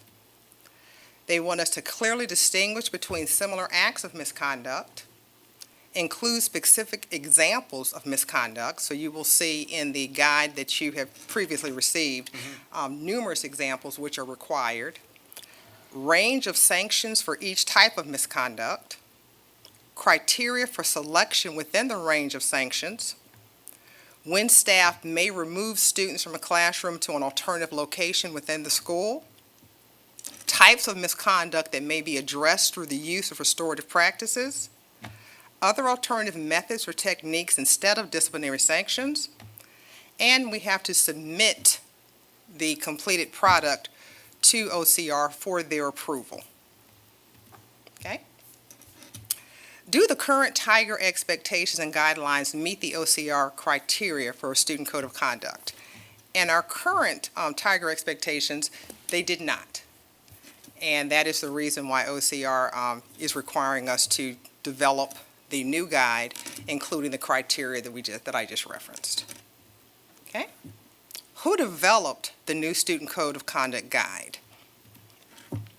The new Student Code of Conduct Guide was developed by the newly established Discipline Task Force. The establishment of the Discipline Task Force was a requirement of the OCR, Office of Civil Rights, and I'll refer to it as OCR, to shorten it. It was a requirement of the OCR of our agreement. Part of that agreement, we had a company referred to as Upslope Solutions that aided the district in the development of that guide and ensured that the district complied with all the criteria that were set forth. Who developed the new Student Code of Conduct Guide? And again, OCR, I'm just kind of repeating that they ensured that we met every criteria that was required. These individuals are the members of the Discipline Task Force. That was a requirement of the resolution agreement with OCR. We were required to have union representation, student representation, parent representatives, and then district representatives. And there is also an individual, you'll see Mr. Reggie Williams there, who had to be designated as the disciplined district supervisor. So this collective group we worked with Upslope in the development of the guide. I have to state that the language in the Student Code of Conduct Guide, it does align through the work of Upslope with all state, federal, and local requirements in terms of policies and procedures. However, they make it very clear that you might see language that is not verbatim. So they will not necessarily take a policy and put a 4-page policy in there. They do paraphrasing, but that is their expertise, and they ensure that it complies. So sometimes you will say, hey, this language doesn't match, but the essence is there, but it is not always verbatim, or the document is quite thick now, as some people have made reference to. It would be much, much thicker if all of the language were verbatim, okay? What are the contents of the new Student Code of Conduct Guide? We're just going to take a quick look at the contents. There is an introduction. The introduction provides an overview of the Student Code of Conduct Guide. They also have a disclaimer statement that it is not all-encompassing, and occasionally may not address every imaginable conduct or behavior issue involving students. And I get that. So that disclaimer that it's just, if it's my son, he can come up with something new and creative. So it's not every possible behavioral issue that you could imagine. The next section looks at the Student Code of Conduct itself. They have district-level expectations, school-level expectations, and setting-level expectations. There is a behavior management overview, and that provides, you have principal, teacher, parent, and guardian student responsibilities, establishment of code violations, verifying code violations, and resolving code violations. The code violations have ranges from lowest to highest in terms of the severity. So you may have class 1 through class 4 violations, keeping in mind that some violations may appear across multiple classes, and they increase with intensity and severity. So you'll see class 1s may be referred to as a minor violation, and that's something that may be brief or just a low-level offense, and it progresses up to things that are considered major, whereas this misbehavior or inappropriate behavior could have been ongoing and very much so intensive. So it's one thing to flick my neighbor's paper. Okay, that was low level. It's another thing to habitually, I am just making this kid's life miserable, and I'm flicking papers and throwing it. That behavior now became ongoing and more intensive. Okay, I know that is difficult to see.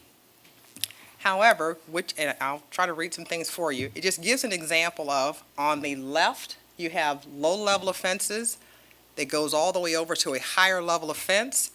It also shows you how some offenses can appear in multiple classes. For example, the first one is disruption minor, which might be talking out in class. Something that simple as talking out is minor. But it might escalate to a disruption major, where the teacher has asked you very politely, oh, Karen, you need to keep it down. And I just refuse and get louder and continue to disrupt class. And I actually, you know what, I'm going to stand up and walk around the room. So it escalated. So they're just showing that some offenses may escalate. Okay? What are the contents of the new Student Code of Conduct Guide? Again, we're going to continue with those contents. A next requirement that was heavy requirement were the definitions. And for those of you who have had the opportunity to review the guide, something that makes it quite lengthy are those required definitions, okay? And there were definitions across each of the classes. They also have a section on related notices, which was required. Again, there was nothing in here. Again, we were very appreciative of Upslope that these are all requirements in terms of just related notices. Something that the group noticed in terms of working with Upslope, many of these things may have been housed somewhere else previously. It may have been a notice that came from Office A or a notice that came from Student Services. It could have been something that came just from Human Resources. It could have been a notice that came from multiple sources. As part of the requirement, all those notices now have to be in that one document. And we're kind of like, okay, that makes sense to us, right? There's also a section on behavior management options. The behavior management options requirement is that the Code of Student Conduct has to have positive actions in terms of positive consequences or consequences that are perceived as more positive. We also had to have a conventional consequence section. So the consequences, there are some things that appear to be positive in nature or restorative in nature, and some things that are just your conventional, more punitive consequences as a requirement. And those positive actions and consequences also had to have, again, here we go, those definitions that made the document rather lengthy and the required examples. Also had the standard section on due process in terms of students' rights, and the Appendix B in terms of behavior, the actual behavior management plan itself. Here is the actual look at the behavior management plan, and I'm sorry it's not that clear, but on the left-hand side, you'll see Class 1 and Class 2 offenses, which are considered, again, remember, the less intensive offenses and get more intensive as the guide goes on. Across the top, you have positive actions, and then you have your conventional consequences. And just an extreme example, and I'm struggling seeing this myself to see it, but one of the positive actions for a student who have disrupted the class, a positive action just may be an agreement or a plan with the student. You know, just there's nothing wrong with simple conversation. Karen, I'm going to ask that, hon, could you please just not, tap on your desk because it is kind of disturbing your other classmates. And, oh, okay, everything doesn't have to jump, escalate, and all the way over to if that disruption just continued on and on after, multiple efforts and positive attempts, might result in a detention, might result in an in-school suspension, might result in, I'm going to have to call home. So what this does when you're looking at this in terms of OCR and upslope, it takes standardized offenses, it standardizes the offenses, but more so than standardizing the offense, they really hit home with the group that work. It standardizes the action that staff will take with those offenses and the likelihood that the discrimination that was occurring in terms of the issuance of discipline will not occur. So we appreciated that. And this just shows you the positive actions across the top and the conventional consequences. And then the left side shows you the progression of the classes, Class 1 offenses to Class 3 and Class 4 offenses. Then there is the Student Guide Certification.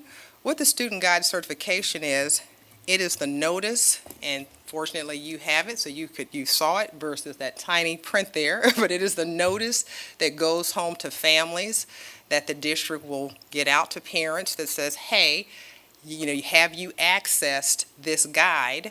And if you have not accessed it and don't have online access, you let us know in the building and we will send you a hard copy.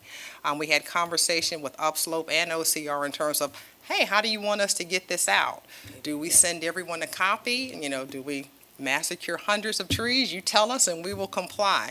They were like, no, there are various ways to get this out. First, you can attempt to get it to parents electronically.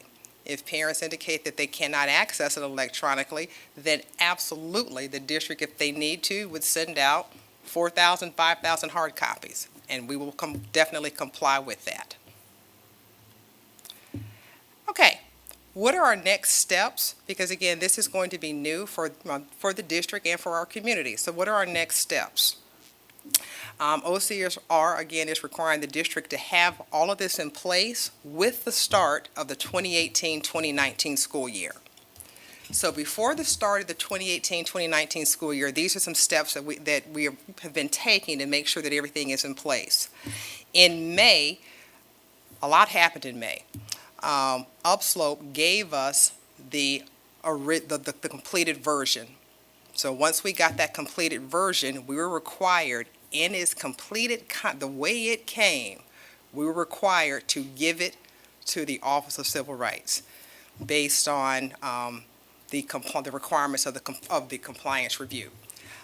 Untouched, unedited. So, and we complied. So we submitted it to OCR. They did ask us, and which we appreciated, if you would like to, give any input, they will take it and they make it clear that they will consider our input. And that's when we got some input from individuals in terms of, hey, is there anything and that input was submitted to them for consideration. Also in May, the principals received a contingency plan in terms of implementation of the Student Code of Conduct, which you have had the opportunity to review. Basically, what that contingency plan says, if we get approval from OCR, Office of Civil Rights, prior to the start of the school year, here are the steps that you must take immediately. So we wanted to make sure that the principals had that information prior to leaving so that they could be prepared and ready in terms of what those next steps are. In June, and actually it will be occurring this Friday, the 22nd, the upslope trainers, I think it's the final part of our requirement, will be coming back to train the student services coordinators in how to go out to the buildings and give the PD on the new Student Code of Conduct.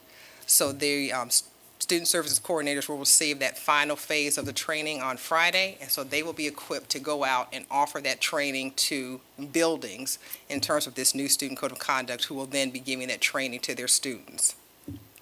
Each student The service... student service coordinators are going to go to train the administrative team at each building, is that right? What the student services coordinators are going to do at the first day of school, because this has to occur prior to the student's arrival. So the first day of school, I've already worked with Dr. Womack and Ms. Gould in terms of, I'm just making up this time. Right. At 8:30 in the morning, Coordinator A will be at one building, and they will roll out the Student Code of Conduct to the staff in terms of how they will use it. And then that coordinator will go at 10:30 to his or her second building. Each coordinator will have two buildings. Okay. So on that first day, each building they will all have the same information. Then the students will be coming, I think it's 3 days later, 3 days later the students come, and then they will know how to roll that information out to the students. Something else that the student services coordinators will do, they will maintain their two buildings throughout the year, and they will be a resource person, as it says there, to their buildings moving forward. This is new to all of us, so we are making it very clear to the buildings and the principals, if you need your assigned support person to come out to offer support for the duration of the year, that is what they will be doing. And that's the purpose of the training. Our final requirement is this Friday, that they all receive that training. And I will also be there, at the training. In July and August, OCR approval of the new Student Code of Conduct Guide is required before board adoption. And this is something that we got some serious clarification on. OCR will approve the new Student Code of Conduct, and then the board is required to adopt it. So there is that latitude that the board members will traditionally have, given the fact that we are under a compliance review and a resolution agreement, and those of you who work in districts clearly understand. I know traditionally the board may have 3 readings of things. According to OCR, once they approve it, you have to adopt it, and I'm sure the board will comply with that. Okay?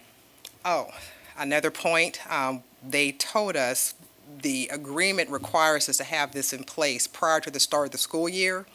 However, they have gotten back with us saying that they will try. And I went to see Dr. Dixon about this because I was very upset. I ran downstairs. That they will try to have it to us prior to the start of the school year. So that's why the principal's plan was called a contingency plan. So we are hopeful that they will have it to us prior to the start of the school year, because we would like to go ahead and get this rolled out. So the contingency plan is they're going to approve it. What happens if they haven't gotten around to it yet? If they have not gotten around to it yet, we continue as we are now. We continue what we currently have in place. And they're very aware of that. We've had tiger expectations in place this year. They did not want the district not to have anything in place. So we continue as we have. We are just hopeful that they will get back to us. It's their resolution agreement. They set the criteria, they set the timelines. They said they would have it in place by August. So we are hopeful that they'll have it in place. Okay, so just because I don't know any better. Okay, so Upslope appears to be a firm that has done this kind of work before. Absolutely So work with them. the boilerplate that we as a district purchased has already been through multiple Vetted. OCRs. It's already been vetted. So it's pretty highly likely that they're going to implement this. We're hopeful. They were just non-committal. They were cautious. But we're paying Upslope for their services, is that correct? Correct. Correct. Is this a significant amount of money? I'm not sure, but we wanted to make sure it was aligned because our employee code of conduct, we use Upslope. So we wanted to make sure we had common language in the district. Okay. And we like Staff, the students, platform, yeah. okay. So I'm not sure what Do you know the what it additional cost, cost? how much did we? I don't know, 15 to 20. I was gonna, Yeah. I thought it was like 15 to 20 based on the conversation. And we, like I said, because they work and have done this across the country, Yeah. in terms of various OCR complaints, we are very confident that they will approve it. According to Reggie Williams, he believes the issue is the volume of work they're dealing with. So it's not just us? Oh, no. So, no. I mean, does it make sense for us to go with the assumption that they're going to approve it? This way, we're not trying to disrupt any kind of consistency mid-year when we do get the approval. And that's why we've got our contingency plan. The plan is ready to go. Scott just walked out. We communicate. We are ready. We don't want to push the button Right. prior to So their I think to approval. your point is, should we just start it either way? Just move forward with it? We're not allowed to. Right. We cannot implement prior to their approval. Hence, that's why I ran downstairs so upset, like, well, what do you mean, maybe? So we're not allowed to do anything. And that's why everything, I deliberately use the terms a contingency plan after consultation. So, I mean, reading through this, it's more of a guide to help us process behavioral incidents. It's basically, I don't look at this, I mean, maybe it's called a student conduct, but it's really a guide for our employees on how to process disciplinary action. Okay? Consistently. Yeah, consistently. So whether it is formally approved or not, it would seem to me that you just follow the guide. We could approve it as former board members once OCR is done. Oh, correct. Once OCR gives their approval, we're required to move forward and adopt it, which will, we are ready. And to your point, I agree. When you read through the guide, it really is to aid us in, hey, making sure that we're equitable in decision-making. And that example that I gave at the beginning is an example that they used in some conversation with us. Again, it's startling. But here, now, well, hey, this offense happened. This was the first time this offense happened. Let's look and see what that discipline should be, given those circumstances. And it prevents us from not being fair in issuing discipline. So I agree with you. Well, I mean, if we've been cited where we're not being fair, we owe it to our community to start being fair ASAP.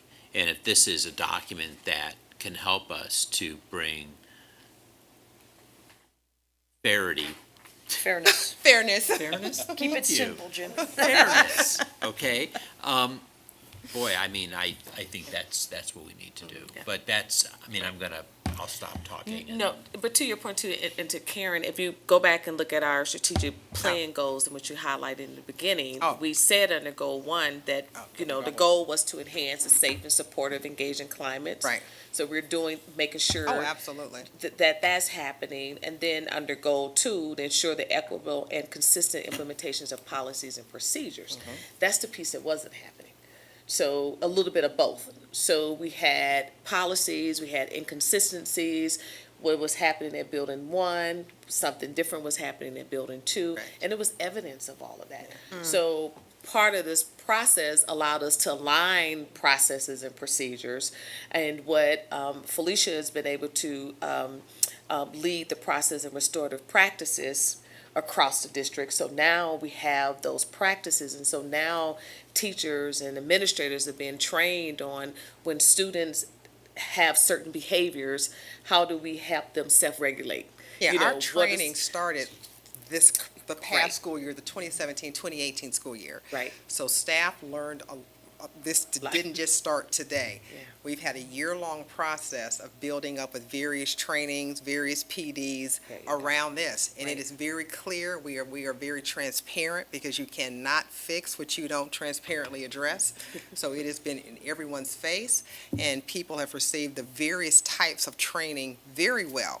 And everyone, I think, was very, very upset, because we're very proud of who we are as a district in terms of, oh, absolutely not. This will not occur. Let's go to this training. Let's find out. So people have been, I think, if they've received the trainings that we've done, particularly the restorative practices training, everybody's like, nope, we're on board. Yeah. So this won't be like, oh, they just heard it.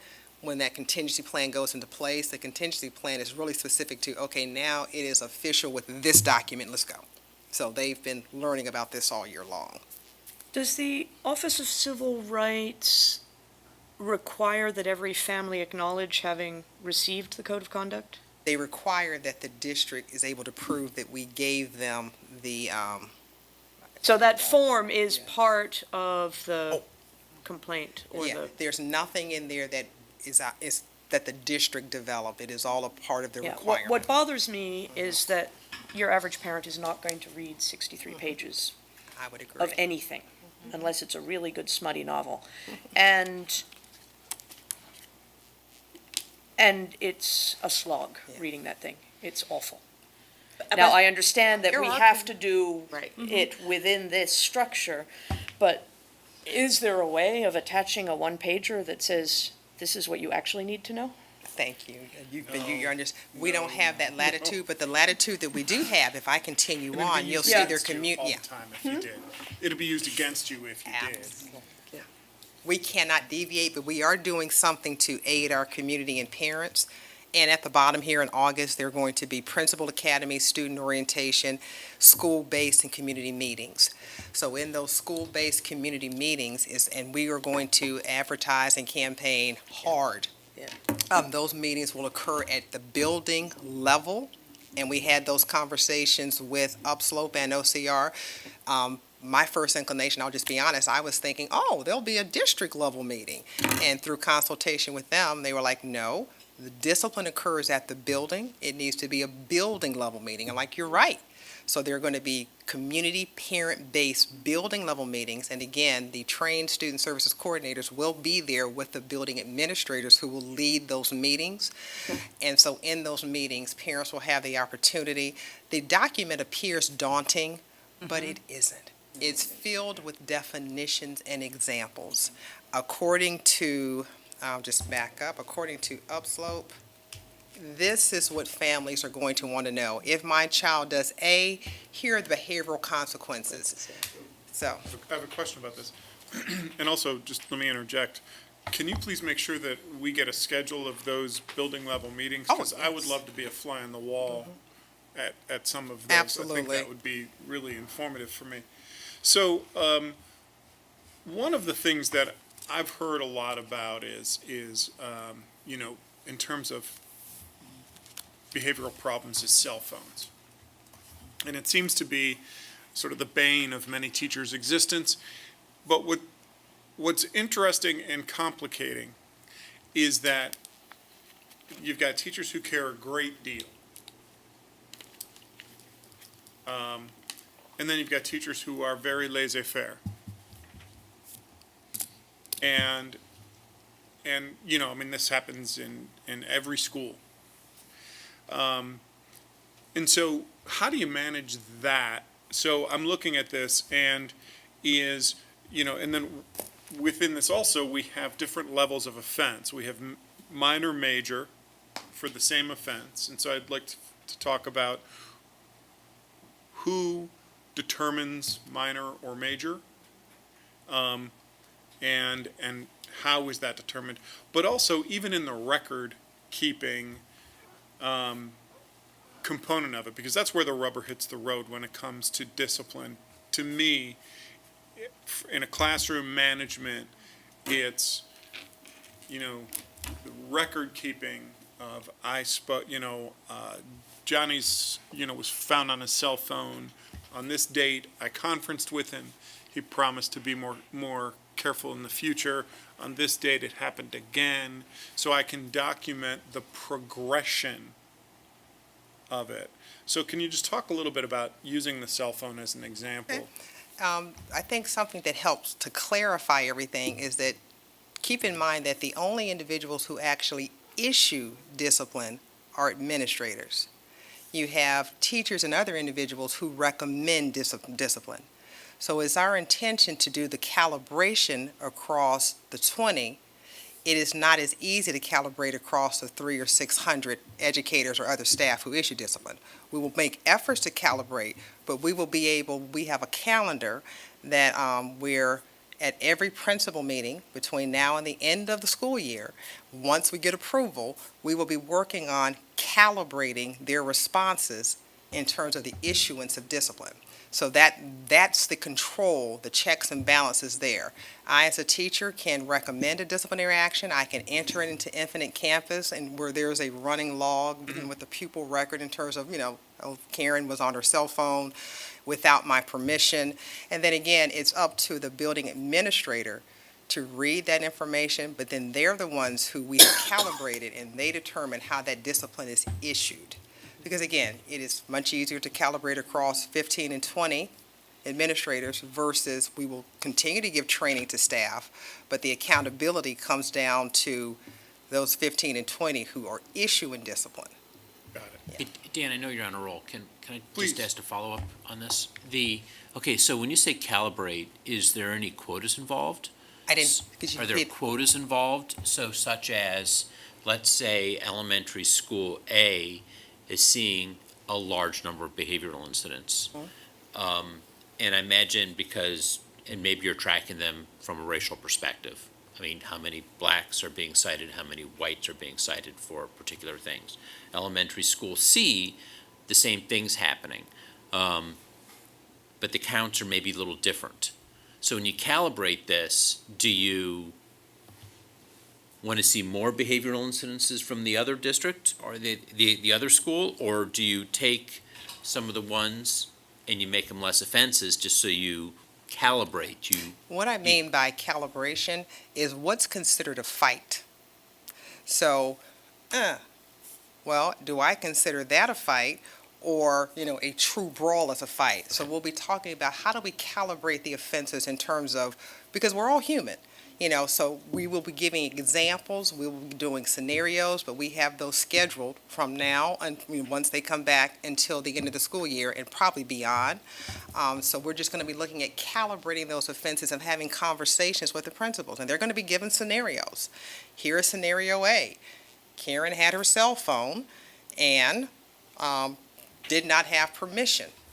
How would you, in looking at the guide, because it's there, what would you determine that to be? Offense 1, offense 2? So we've got to have some calibration across those individuals, and the only way to do that is to practice, because we're all human. So that's what we mean by calibration. However, we are required quarterly to report our discipline data.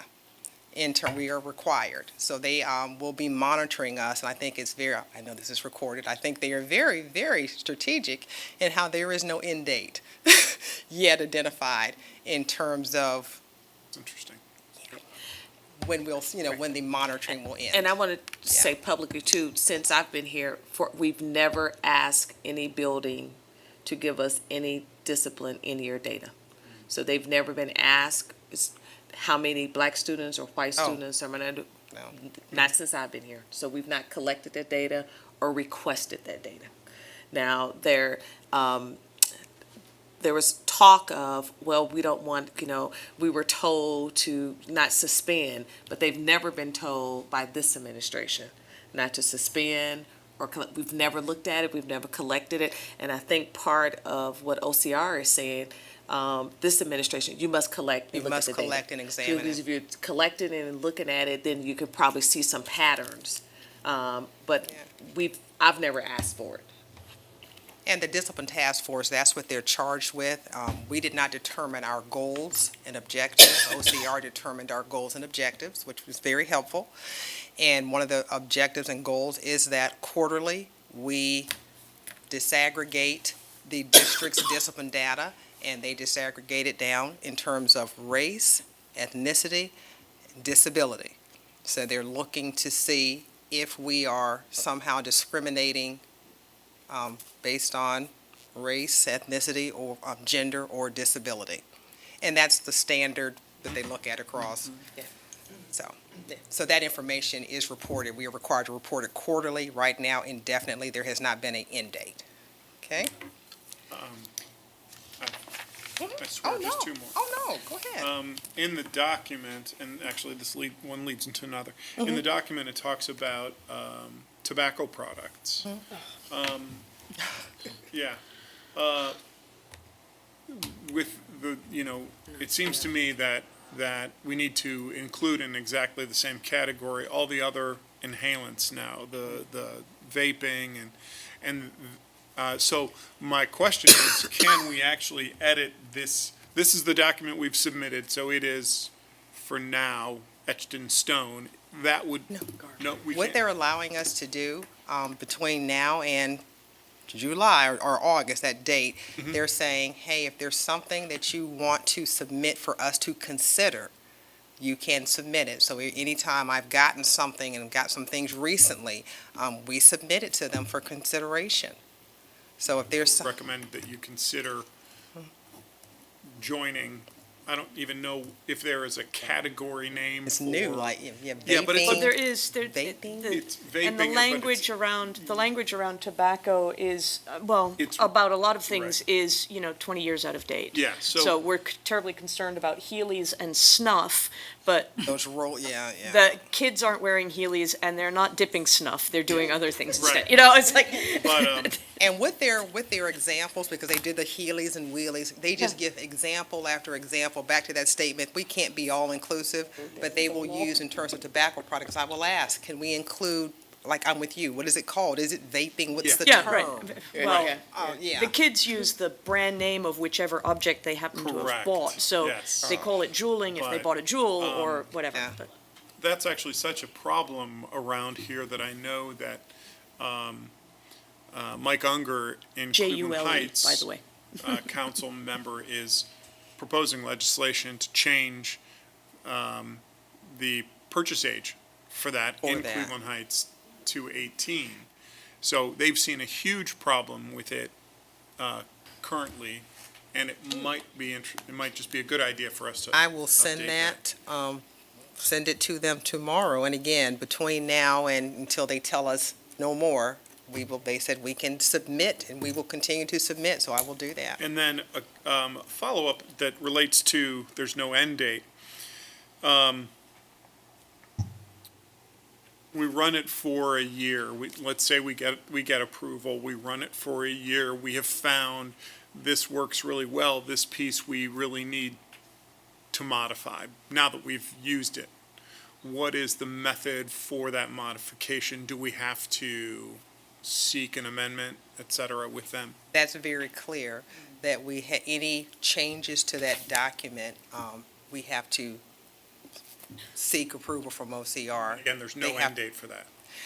No end date. Now, I have experience in previous districts in terms of how long monitoring has occurred in previous places, but I'm sure it's district-specific. I mean, I'm sure you're aware it could, Yeah. district-specific. Once you're in the system, you don't know when the back door is. Right. Okay. All right. Karen, I have a question. Oh, And yes. this is around, sort of piggybacking off of what Molly has said, but I know that there's the need to have the building meetings. But is there going to be any attempt to at least have a session at the Parent Academy that's happening on August 25th? 25th, yeah. And at least maybe stressing the importance Good of those building meetings and trying to talk it up and trying to What I'm concerned No, that's an is, excellent idea. I don't want to hold a building meeting and 12 parents show up. I mean, Neither do we. I want us to have a good attendance at that, whatever it takes. And I think, starting to kind of build, hey, this is new and this is important and you should come. And maybe, having a couple of snippets might start, the word of We'll mouth. add So that when to the the buildings plan. happen, Yeah. when the building meetings happen, we've already kind of built the climate that, hey, this is important and you should go And to part that. of our efforts are working with Lisa Hunt. Good. So she's very aware, so that's part of our efforts, but I will definitely make sure there is a presence, a strong presence, because I'm with you. We do not want to have these community or family meetings. We want as many parents to come out and have the opportunity to ask questions, and it's not going to be a one-off. It's not going to be one meeting. Right. We're going to have, where we're going to have meetings first semester and meetings second semester. And again, parents can always call, but we'd like to meet them where they're at their schools. Right, and I would also encourage doing it in conjunction with something else that draws people there. Definitely. Use that as another option. Okay. Ice cream socials, people come out for those things. Free pizza nights, people come out. Come out for those. PTA me activities hungry. where there's free food, people come People out for come out. those. And we'll take, no, those are good suggestions. We'll take advantage of that. Okay? After the start of the school year, so these were the things that were occurring prior to. This is September through the following June. Okay? Again, there will be follow-up support to building level principals, and it will be upon request and/or directed by myself, so they can request the support, or as a result of the quarterly reviews that we're required to have, if we see some exaggerated discipline numbers, then they'll get that additional support. Also, there will be follow-up support, as I referenced, at the monthly principal meetings, and those are those meetings where they're already scheduled, where we will be doing the calibration scenarios and activities just to make sure that we're calibrated in terms of the response across the administrators. Building level assemblies as needed and determined by the principal. So those are things that the principals, again, are going to receive training in the implementation of the code, and they are encouraged to have those building level assemblies as needed. I always love to say this, you don't have the Red Cross training all the time because it's bad. You get that Red Cross training because it's good. It's good training. So we're going to encourage them, if they need to have grade level meetings so that the students are very aware of what's going on, have those. And if you need your designated student service support person there with you who's been trained, they will be there with you. And can we make sure those do not feel punitive for the students? Because that is Absolutely. one of the feedbacks we got from the middle school I forum was that we there had. that night. Yeah, that sometimes Yeah. the students said that felt punitive. It didn't feel like just instructional or informative. And we So- explained, we had that conversation, we may have been in the same group, that we were very good at the what, we needed to be very conscious of the why. Letting the kids know, Right, wait a yes. minute, we're not doing this because you've done something wrong, we're doing this because this is good training, and, yeah, okay. Great, thank you. Continuing through the September through June, there will be district-wide professional development for staff charged with supervising students, and that district-wide professional development will include, again, the principals. We're going to have training opportunities at some of our PD days for staff, but specifically the principals who are charged, and that's who OCR is specifically looking at. They are looking at the individuals who recommend discipline. They are heavily focused on the individuals who issue the discipline, which makes complete sense. And annually, will be having staff, student, and communities will receive ongoing an annual overview. And that's a requirement, but even if it weren't a requirement, absolutely. It's very, very necessary, and we were doing that. Here, will students and families have access to the Student Code of Conduct Guide? Yes, copies will be made available in print, online, and in a central or main location in the building. And again, this is what we are required to do, but it makes only logical sense. The district would absolutely make it available in print and online and in central locations. We will have copies here. There will be copies everywhere that anyone who could walk in, you want a copy, you will have access to that copy. Some questions may require a follow-up response. So if you have any questions, I will definitely, you've asked them along the way, but if you have additional questions, I will do my best to respond to those. And if I cannot, I will get back to you. So do you have any additional questions at this time? Just we have a high number of transient students who move in and out of our district. How are we going to make sure that we are notifying the families that, maybe come in 3 weeks into the school year or 4 weeks or after we've had that level meeting? How do we make sure that this is a sustainable, everybody coming to our district is aware of this? There'll be two prongs. Because students who register, this will be a part of the registration packet. We are good. creating, with Scott's help, he's nodding back there, this is already, we've all Great. gone all over this. It's going to be included in the welcome. Each building's going to have a personalized registration packet. Great. And part of that packet will include this as a resource. We will also have our principals as a part of that principal training that's going to be ongoing to ensure that that information is followed up. We have counselors. We have a plethora of staff who will be providing follow-up to students who are new to buildings, but definitely at registration. So parents will have their first exposure to it when they register. Great, thank you. Now, our current Tiger expectations live in 3 domains. There's one for the elementary schools, there's one for the middle schools, there's one for the high school. This document doesn't differentiate between ages of kids, and certain behaviors are more prevalent at some ages and others elsewhere. I mean, how do we, again, that was my problem with reading this thing. It was just too much in one document. The way we do that, again, is the fact that we are able to calibrate the administrators. So you it have happens at the right. principal level. The principal who sees, I've got a kindergartner who had a meltdown.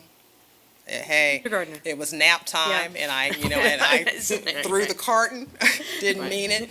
And again, with that principal, who is a person who issues discipline, and their professional judgment is going to be very different than Karen as a 13-year-old who I'm angry and I threw a milk carton. Right. Very different. So that's why that calibration occurs across the administrators who use their professional judgment in issuing discipline. And then the buildings are focused on too, the PBIS. So for example, Absolutely. Fairfax has conscious discipline. Right. So they're focusing on those strategies that the kids help self-regulate, restorative practices, all of those things that kids will see. Well, this is what good behavior looks like. These are incentives. This is how it's rewarded. Yeah, this is how we reward you. That's what. But this document is saying to our adults and our parents, here are the consequences. How we're going to be consistent. No surprises. Right. But we were hoping that our adults become more aware about the consequences. So students basically, again, would be focused on, okay, these are what good behaviors look like. These are the expectations of all kids across the district. So I think that's the distinguishing piece. So yeah, it does look like it's a whole lot. But making sure that communication plan that Scott has helped creating, just how do we communicate this to parents that we want to make sure we have fair and equitable practices, that we are aligning this to goals 1 and 2, that we have something consistent. That's what that whole communication plan looks like, so that they don't see, oh, the district got an OCR complaint and now they're doing that. That's not the message. It is, the district is focusing on fair and equitable practices from strategic plan goals 1 and 2, and this is what it will look like in our district. And That makes keep in sense? mind Yeah. with OCR and upslope, and again, I truly appreciate this, the first response is a positive response. And that is the very first thing, and that was a big part of our conversation with them. No, what is a positive response in terms of, hey, the goal is the goal to punish the behavior, or is the goal to remediate the behavior? And so that's why the first thing that you see there, the first response to the discipline, is a positive response. Calling your mom, depending on the student, may not feel like a positive response, but when you look at the definition, they talk about talking to the parent about, hey, what can we do as a partner in this? Or having a plan with the student. I haven't even called your mom. I'm talking to you. What do you need? What was going on in some of the restorative practices? So the first response is positive.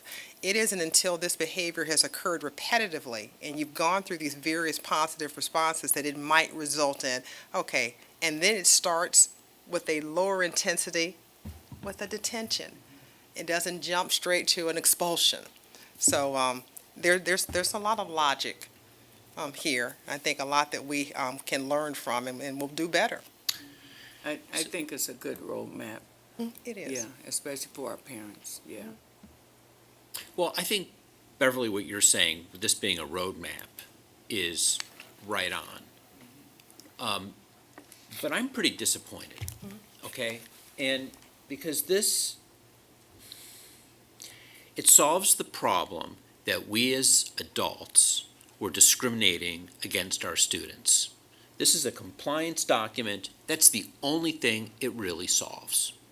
It doesn't do anything to set expectations for our kids. I mean, for example, things like you're a parent, you want to know, because you're coming into the high school, is it okay to bring your phones into the building? You read this document, you can't tell. The document makes it pretty clear that you can bring the phone, but it makes it very clear that you can bring the phone and have it out under the direction of an adult. So it's pretty clear that you can have the phone, but if that adult says put the phone away, and there was conversations about that in developing the document to upload, it really is adult-driven. So if the adult says put the phone away at this time, the expectation is that you put the phone away. What if I go to this teacher's classroom? Well, in this teacher's classroom, she may say, you know what, we're about to do an activity, pull the phone out, or pull your communication device out. So what we're encouraging our students to do is you follow the direction of your adult, of the adult that gave you direction in that classroom. Okay, so yes, but you're right. Okay, so at that point, you need to have the adult step in. But I kind of look at this document, and I think we have to, I don't think we have any choice but not to approve it. And I think the work that went into it is excellent work from the perspective of solving that issue. the complaint. But it's almost like you want that shiny new bicycle, and you're online, and you're ready to buy it, and the system's not letting you buy it until you click the box that you approve the conditions of sale. Nobody ever reads that. You click it, you push the button, and you bought your bicycle. What was nice about the Tiger expectations, and that whole strategy that was used, and I'm not saying that I'm okay with the discrimination that obviously occurred, because I'm not, but it made things pretty clear. It was easy to understand. Our parents were able to get it. I guess where I'm disappointed, and maybe this is asking too much at this point, but do we need something else to help? Right, I know where you're going, but if the Tiger expectation was a very good document, then we didn't do a good job of implementing that well. Because we are where we are because of the implementation. So when we talk about what we expect for our kids, we expect excellence. So that means kids have to know what is expected of them. And then we have to give them appropriate consequences when they are not meeting those expectations. And that's what we were not doing. So the document that we have, yes, it may have been a good document, but in the absence of implemented with fidelity, then you have a flawed document. I think what was missing, So I think we're focused on what are those behaviors, those actions of our adults now, but what is the consistency we must see happening? So if the Tiger expectation said students can bring cell phones, for example, then why in school A, it's okay. it's okay to have cell phones, but you go to middle school B, and you better not bring out a cell phone. Yeah. So the expectation said that we can have cell phones. So I want to make sure that we get away from here's having this beautiful, shiny new toy, but who can play with it is very different which building you're in. We don't want that. We want everyone to say, here are the expectations of every student that comes to this district. You're in Tiger Nation now. Here are the expectations of those students. So regardless if you go to school A or B, or come in 3 months in or 6 months in, these are the same expectations. These are the same consequences that you're going to get. And our adults understand that we have to think differently. Some equity plays in this too. Absolutely. In our biases, when we think about, brown and black and other and white students and their training and what they come to. So a lot of this is kind of layering. learning new strategies, talking clear about our biases. Because some parents may say, my child is taking a cell phone, and you better not take his cell phone with him, because I told my child to have that cell phone glued in their back pocket the entire day. And have it on. And have it on. Have it So on. then what do you do when that kid's cell phone goes off, and then you have a second grader, and are you going to suspend the second grader for 3 days because they have the cell phone because Doing a what their mom mom said told it, them to. because mom told him to? Back to the judgment of the administrator. Exactly. And this does not erase taking into case-by-case consideration. It doesn't erase it. Right. But to your point, Yeah. we have to make sure, I think we are being intentional in our calibration, whereas we may not have been as intentional previously. We are having intentional efforts. We are training the principals. We are talking about, hey, school A, our data is showing this. School B, the data is showing this. What's going on? We are having those difficult conversations and being intentional about, as the administrator, you going back and implementing the policy. Even though this is a compliance document, it is not going to be compliance work from the standpoint that we're not doing this just because it's a compliance document. I think each of you have reference to it. We're doing this because it's the right thing to do, and we're embracing it. So it is not like we're just complying. No, thank you that this has been brought to our attention, and we are running toward this. And we're running toward it with restorative practices and, conscious discipline. Oh, no. So we're, and I have yet to run into any staff person. We have, like I said, this has been a year-long effort. We start off with, hey, in response to our OCR complaint, and again, the first response is sheer like, oh, we had no idea. How do we change this?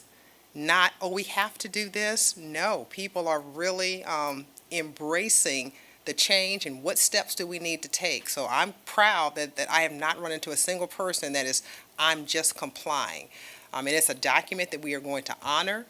But if this document did not exist and we had received this information, I have no doubt that the district would have been taking steps on its own to ensure that we had something in place. And the Tiger Expectation, I think, is a good document. The Tiger Pledge. Oh, all of that it's stuff staying. is good. It's staying. What I'm saying, but when you go to a building and they're doing a Tiger Pledge, shouldn't every kid be up saying the pledge, the Tiger Pledge? Should every kid knows what it is?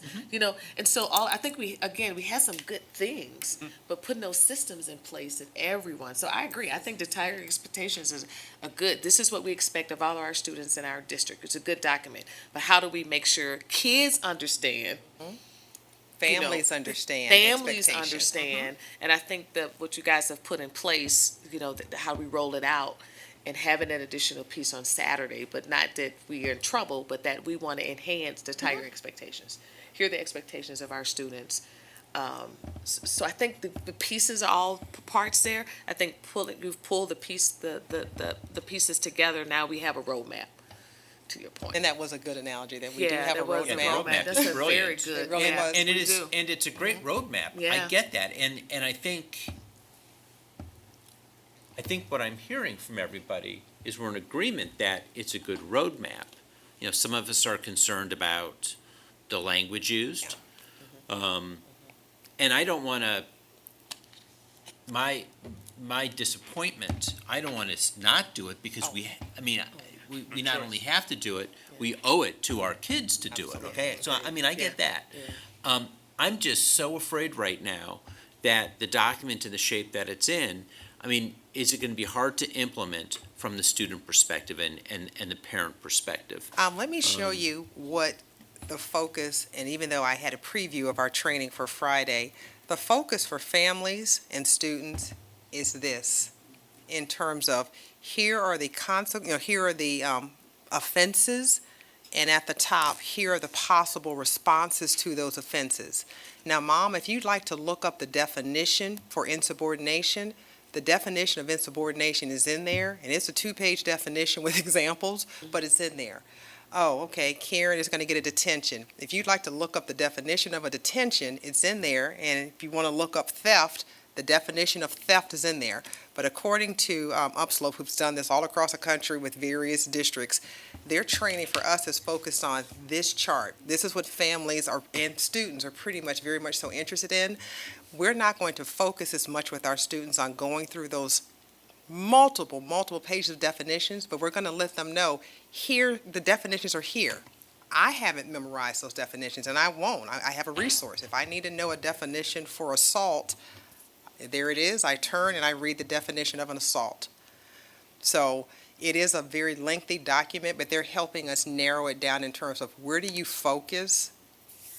So, okay, so this is my question, and you'll have to get back to me on it. Okay. So, and I think it's directed at Upslope, since they are experts Okay. in this particular area. Have they found other districts, have other districts had problems implementing this? And, you know, from a family and a student perspective? Or did they need to have some other type of document, sort of a go-between document, like a clear set of expectations, that maybe not only included behavior and conduct, but educational expectations? It's one of the examples I used in the email I sent around to you is, okay, well, you need to check Infinite Campus every day, okay, for example. And we knew that in our middle school meeting, some of the parents were very concerned about having access to Infinite Campus. You know, that is an expectation. It's sort of outside the boundary of this, but it is part of that roadmap on what we want our Heights family to do. That's a good point. I think it's also, if you guys just take a moment too to go back and look at the whole, the Tiger expectation. Expectation section. And you will see, it's 22 pages, but part of it talks about the positive school activities. You know, the Tiger Pledge and expectations are posted throughout the building. How many buildings do you walk through and you see the pledge and the expectations posted? Do we see it consistently? And do kids know what it means? Because you can teach kids that when you come in the building in the morning, it is silent entry, for example. We expect our kids to be silent and thinking about getting ready for their day. If there's stuff on the, I know, but you know, How many buildings have you been in at 8:15 you know what? recently? You know It's what? loud. But I worked in the middle school when I did my training. She required. I mean, I was excited. Why everybody? No one's talking. She wanted them to think about getting. Expectation. There was an expectation. But can you post stuff? So those are things that we have. So to your point, Jim, the Tiger Expectation is a very good document. It outlines the positive climate activities. It outlines the pledge, students taking responsibility for their actions, inspire others.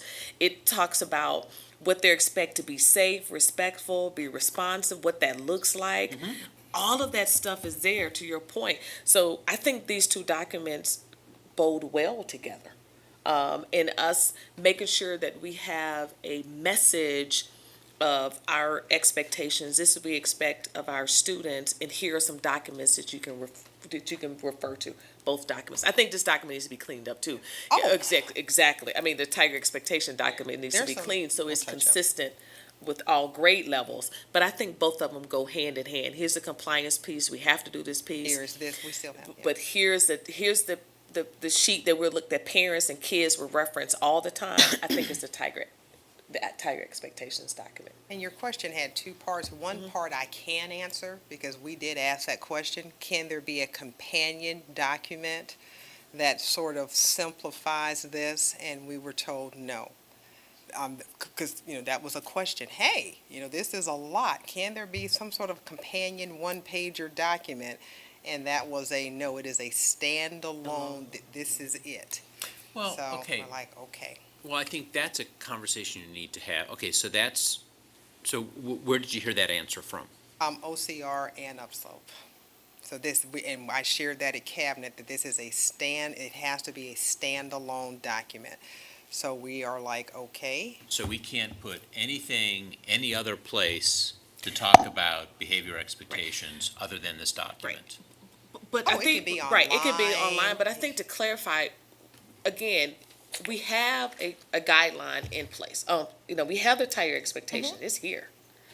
What this document does, the OCR documents, it says that the district has a system in place that when they are addressing these behaviors, parents know In discipline. they understand what's happening. So it is a companion to, I believe, to the document that we already have. Like we have the Tiger Expectations, the Tiger Pledge, that will still be there, those things will be there, but anything specific to discipline We are Right. confined to that OCR requirements. Right. That- Yeah. okay, So they and I take- think. Because the Tiger expectations and guidelines have a list of possible consequences in Exactly, at them, the so that is no longer permitted Exactly. once OCR has approved the Correct. 63 pages. Right, so when you go to the Tiger expectation, I would say, once they approve it, you stop on page, you're gonna probably stop on Well, excuse we're gonna have to absence. do a Yeah. lot of careful editing of Oh, all three of those, and they need it Yes. anyway, Yeah, but yes. that's another matter. Yeah. Okay, so that's something that's a work in progress. and we've already, our principals did ask a question because they all like to get their documents, their planners printed this time of year. And as a part of our, I think it started in May, Ms. Gould is shaking her head, our May principals meeting, they were told at that time that they are, that they can't print those, or they're going to be printing, the cost of printing again. If you choose to print it to start the school year and they tell us August 1st, that was a wasted printing. So they are holding off, and we're just, they're ready, we're ready to go. We just want approval, which I'm confident is coming. Okay, so dress code, that's another issue. Yeah, So. those are, right, the two bugaboos is electronics and dress code. Yeah, so, not that I want to open up the conversation about what is the appropriate dress code or not, but as far as the committee went, what kind of conversation occurred in the committee? In terms of dress code? Right. Just trying to think back because we had small groups. So my group dealt with the communication device. I can ask them if we were in groups, and we reported out. Ms. Gould, which group were you in? If that's okay, if I just address. I think we had dress code. Was your group dress code? Okay. Yeah, because a lot of high school people in my group. We just basically talked about, basically what the board policy was around dress code, and what was the implementation at the high school. So it was very broad, in conversation. So Nothing if the board were to specifics. change policy on dress code in the future, because that's covered under the umbrella of discipline, we would have to submit a revision to, If we're going to make a change to this document, any OCR? change to this document has to be submitted to OCR. And I'm sure we want alignment in our policies and things. So you said earlier, if you want to know what theft is, you can There's a definition. get, so is there a definition of dress code that is included in this document being there. submitted to OCR? It's in there. It's in there. it's in there, back to the Heelys. And it's very broad, but they give it every example under the sun, and I think that disclaimer statement in the beginning, and they do it under the umbrella of safety. And so when they say heels, if you have a third grader in 6-inch stilettos who is falling, walking downstairs, and now at least it's covered. And those are some of the examples that they talked, I'm with you. But they gave every possible example under the sun, so. Well, my daughters would take issues with the district dress code, and part of it, and none of the stuff they would ever wear would be revealing, okay? But it's always in the mind of the beholder, and some teachers would interpret that differently than others, and it was always very problematic. And back to the administrator and our calibration with the administrators and their ability and their judgment to say, recommendation of discipline versus the issuance of discipline, back to that administrator's, Yeah. It's, I'll tell you, from a teacher's perspective, you can't win for losing. Thank you. And it's just awful, because, it is a teacher's job to enforce the dress code, to notify the administrator when the teacher believes that there is a student who is not in appropriate dress. And periodically, a teacher will have, I have had a principal come to me and say, you had, Joe in your first period class, why wasn't Joe sent down to me? And so, Because Joe was learning your his response first was- period, that's why. I don't it could have been any number of things. I Right. didn't notice what Joe was wearing. Yeah. I really couldn't care less what Joe was Right. wearing. Right. I was jealous. I wish that I was able to pull that off myself. Whatever. But so you're it's an impossible situation. And then it's also, it has to do with building, it runs contrary to your hope of building relationships with kids, because it's such a judgmental moment that when you're forced to say, hey, this, I got to do something about this. And then you get into this thing about, this consistency thing, which matters. Kids deserve to feel that that whatever it is being consistently managed. So, Well, we know that dress code is not enforced consistently. It never is, because dress codes exist for the beholder, and those are adults. The kids are dressing for themselves and for each other. They don't care what the adults think about their clothing. But it's the adults who are saying, no, you're breaking my rules. I was like, why do we care what the kids wear? Assuming that, it doesn't smell bad. And it's like, so, and we've had this conversation about dress code, that there's a huge philosophical problem behind the whole thing. It is very subjective, and It is, it's hugely subjective. It's subjective, and we don't care until And two someone- different yeah. teachers will react differently to the same child wearing the same outfit, right. or two different children wearing the same outfit will, elicit Yes. different reactions from the same adult. So it's like, what are we doing? Back to his point, Yeah. sometimes you're in this, it's so subjective, and it is, but again, we're going to attempt to do as much calibration as possible, and the guidelines and rules and regulations really are here to keep us all safe, to make sure there's no distraction to the learning environment, And then, of course, you have to define what is distracting. Yeah. And Yeah. That And goes it is- back and it again is to the case eyes of the by beholder. case. It's- Yeah. A bikini top and hip huggers, I don't know. Some people may not be offended, some people might. Yeah, so it is all very And for subjective. the kid, it may be all they have, and then Right. the next thing you know, you're referring know, to a it's social just- worker, and then you're getting them some Because clothes. that's all that's clean. and it's Right. hard Whatever, to yeah. find So it's- shorts that are long enough in Well, you can't buy, stores right, I today. mean, there are no clothes available for girls which meet the requirements of the dress code. Right. Go to Target, or go to Macy's, or go to Nordstrom's, they are not there. As a You can 6'2" dre- girl, I often struggled I with know. the arm length back in the old days. And I've got one the of shorts each had to hit flavor, your so arm. It was hard. finding clothes, So- finding trousers that fit your tall, skinny boy that are long enough, but actually tight enough to stay on their rear end is also impossible. So it's like, To take it full circle, though, I mean, this is where, this is, to me, then, it's about having administrators with a larger vision and understanding in mind, and accurately conveying, an administrator sets the tone for the building. And this sort of issue is the implementation and reinforcing of that tone. So it's really about communication, administrator, staff, and the staff needs to also express their feelings about that. Right. But then staff and administration to the students.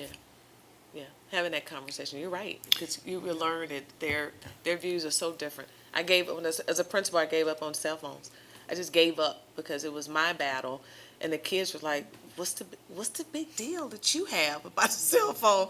I just gave up on it, but you're right, it's having those And your conversations. blood pressure dropped Hey, the yes. moment you gave it You away. wanted, I gave in, it's like. I just You think know, but 50 you're years right. from now, in terms of technology and things are moving so rapidly, we're going to look back. Here's an example they always use when we have little tech things at ODE. If you look 100 years ago, gum chewing was a federal offense in schools. It was considered, oh my goodness. I mean, gum chewing 80, 90 years ago was considered the worst possible thing in the world. And here we are in terms of how we evolved, and just look what they're going to think 100 years from now in terms of how we view technology and what is allowed and what isn't allowed. We evolve, That's true. Yeah. so here's a boring logistics question. Mm-hmm. Our current Tiger expectations classify things as an A offense or a B offense, depending on their severity.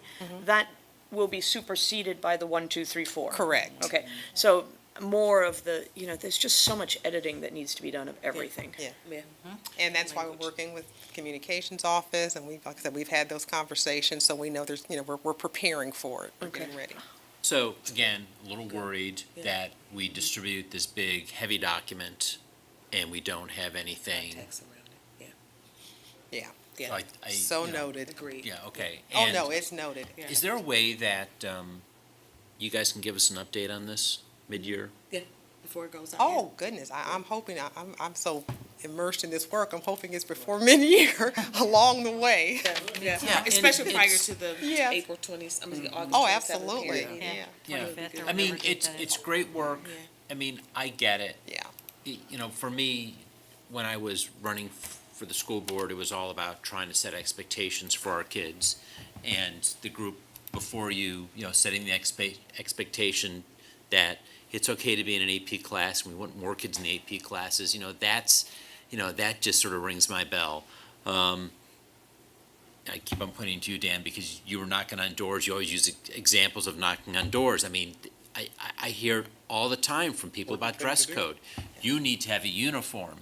And I gotta tell you, after you get a little old like me, you realize it's not the uniform. That's just an easy scapegoat answer just to make everybody look the same. It's like the easy answer, we're just gonna give all our schools an A through F grade and be done with it. It's not easy. And, we want our kids to be unique. Individuals. Individuals. I mean, and sometimes you don't have to dress alike, because we're not all alike. But we also want our students to learn what is appropriate in different situations. Absolutely. I wear to the beach something different than what I wear to work. Or and to I church or wear to your to synagogue, Public or- yeah. meetings, something different than I wear when I'm in my basement doing laundry. I mean, it's just, Well, it's like Dr. Woolman, is he here? No, he's not here, but he's always dressed up, really nice looking, and it's like, it's like, well, I'm gonna listen to you. As opposed to people aren't gonna listen to me, because I don't have a tie. So. And keep in mind, we have our rules, from pre-K on and throughout all of our adult lives, we are going to have to comply with some sort of rule regulation that we agree or disagree with, think is too subjective. It is a part of our ability to become productive members of society. It's a part of who we are as a society. And without those, we would not be a civilized society. So it is it's an extension of life. So our students may not agree with them, but again, back to the point about how to dress in different environments. I've seen cute little kids in the grocery store in Halloween costumes, and it's December, and I knew they threw a fit. You see their mom walking with them, you're like, you won that one. They won that battle. They won that one. They got to wear that little that costume. But again, as we get older, we all stop at that stop sign if we want to or not. Yeah. Oh, we've seen that. I They think won Karen the saw battle me that in my day. kid's grocery store one day. Yeah. That was not the battle I was fighting that No, day. right. But again, well, right, but if as the we get option is older, we between learn. dressed or undressed in public, you go with Okay. dress, right? I We mean, go with the dress. Right. But again, so rules and regulations aren't bad. They get to practice them with us. Yeah. And we are teachers and educators who care about them. So the fact that they get to practice them with us, what a good context and place to practice those. Yeah. Because again. But what children react to first, and most strongly to, is their perception of something being unfair. So it's about implementation, and that's what this whole monster And document more is than about implementation, it's about, do we have established relationships and rapport with our students? Yeah.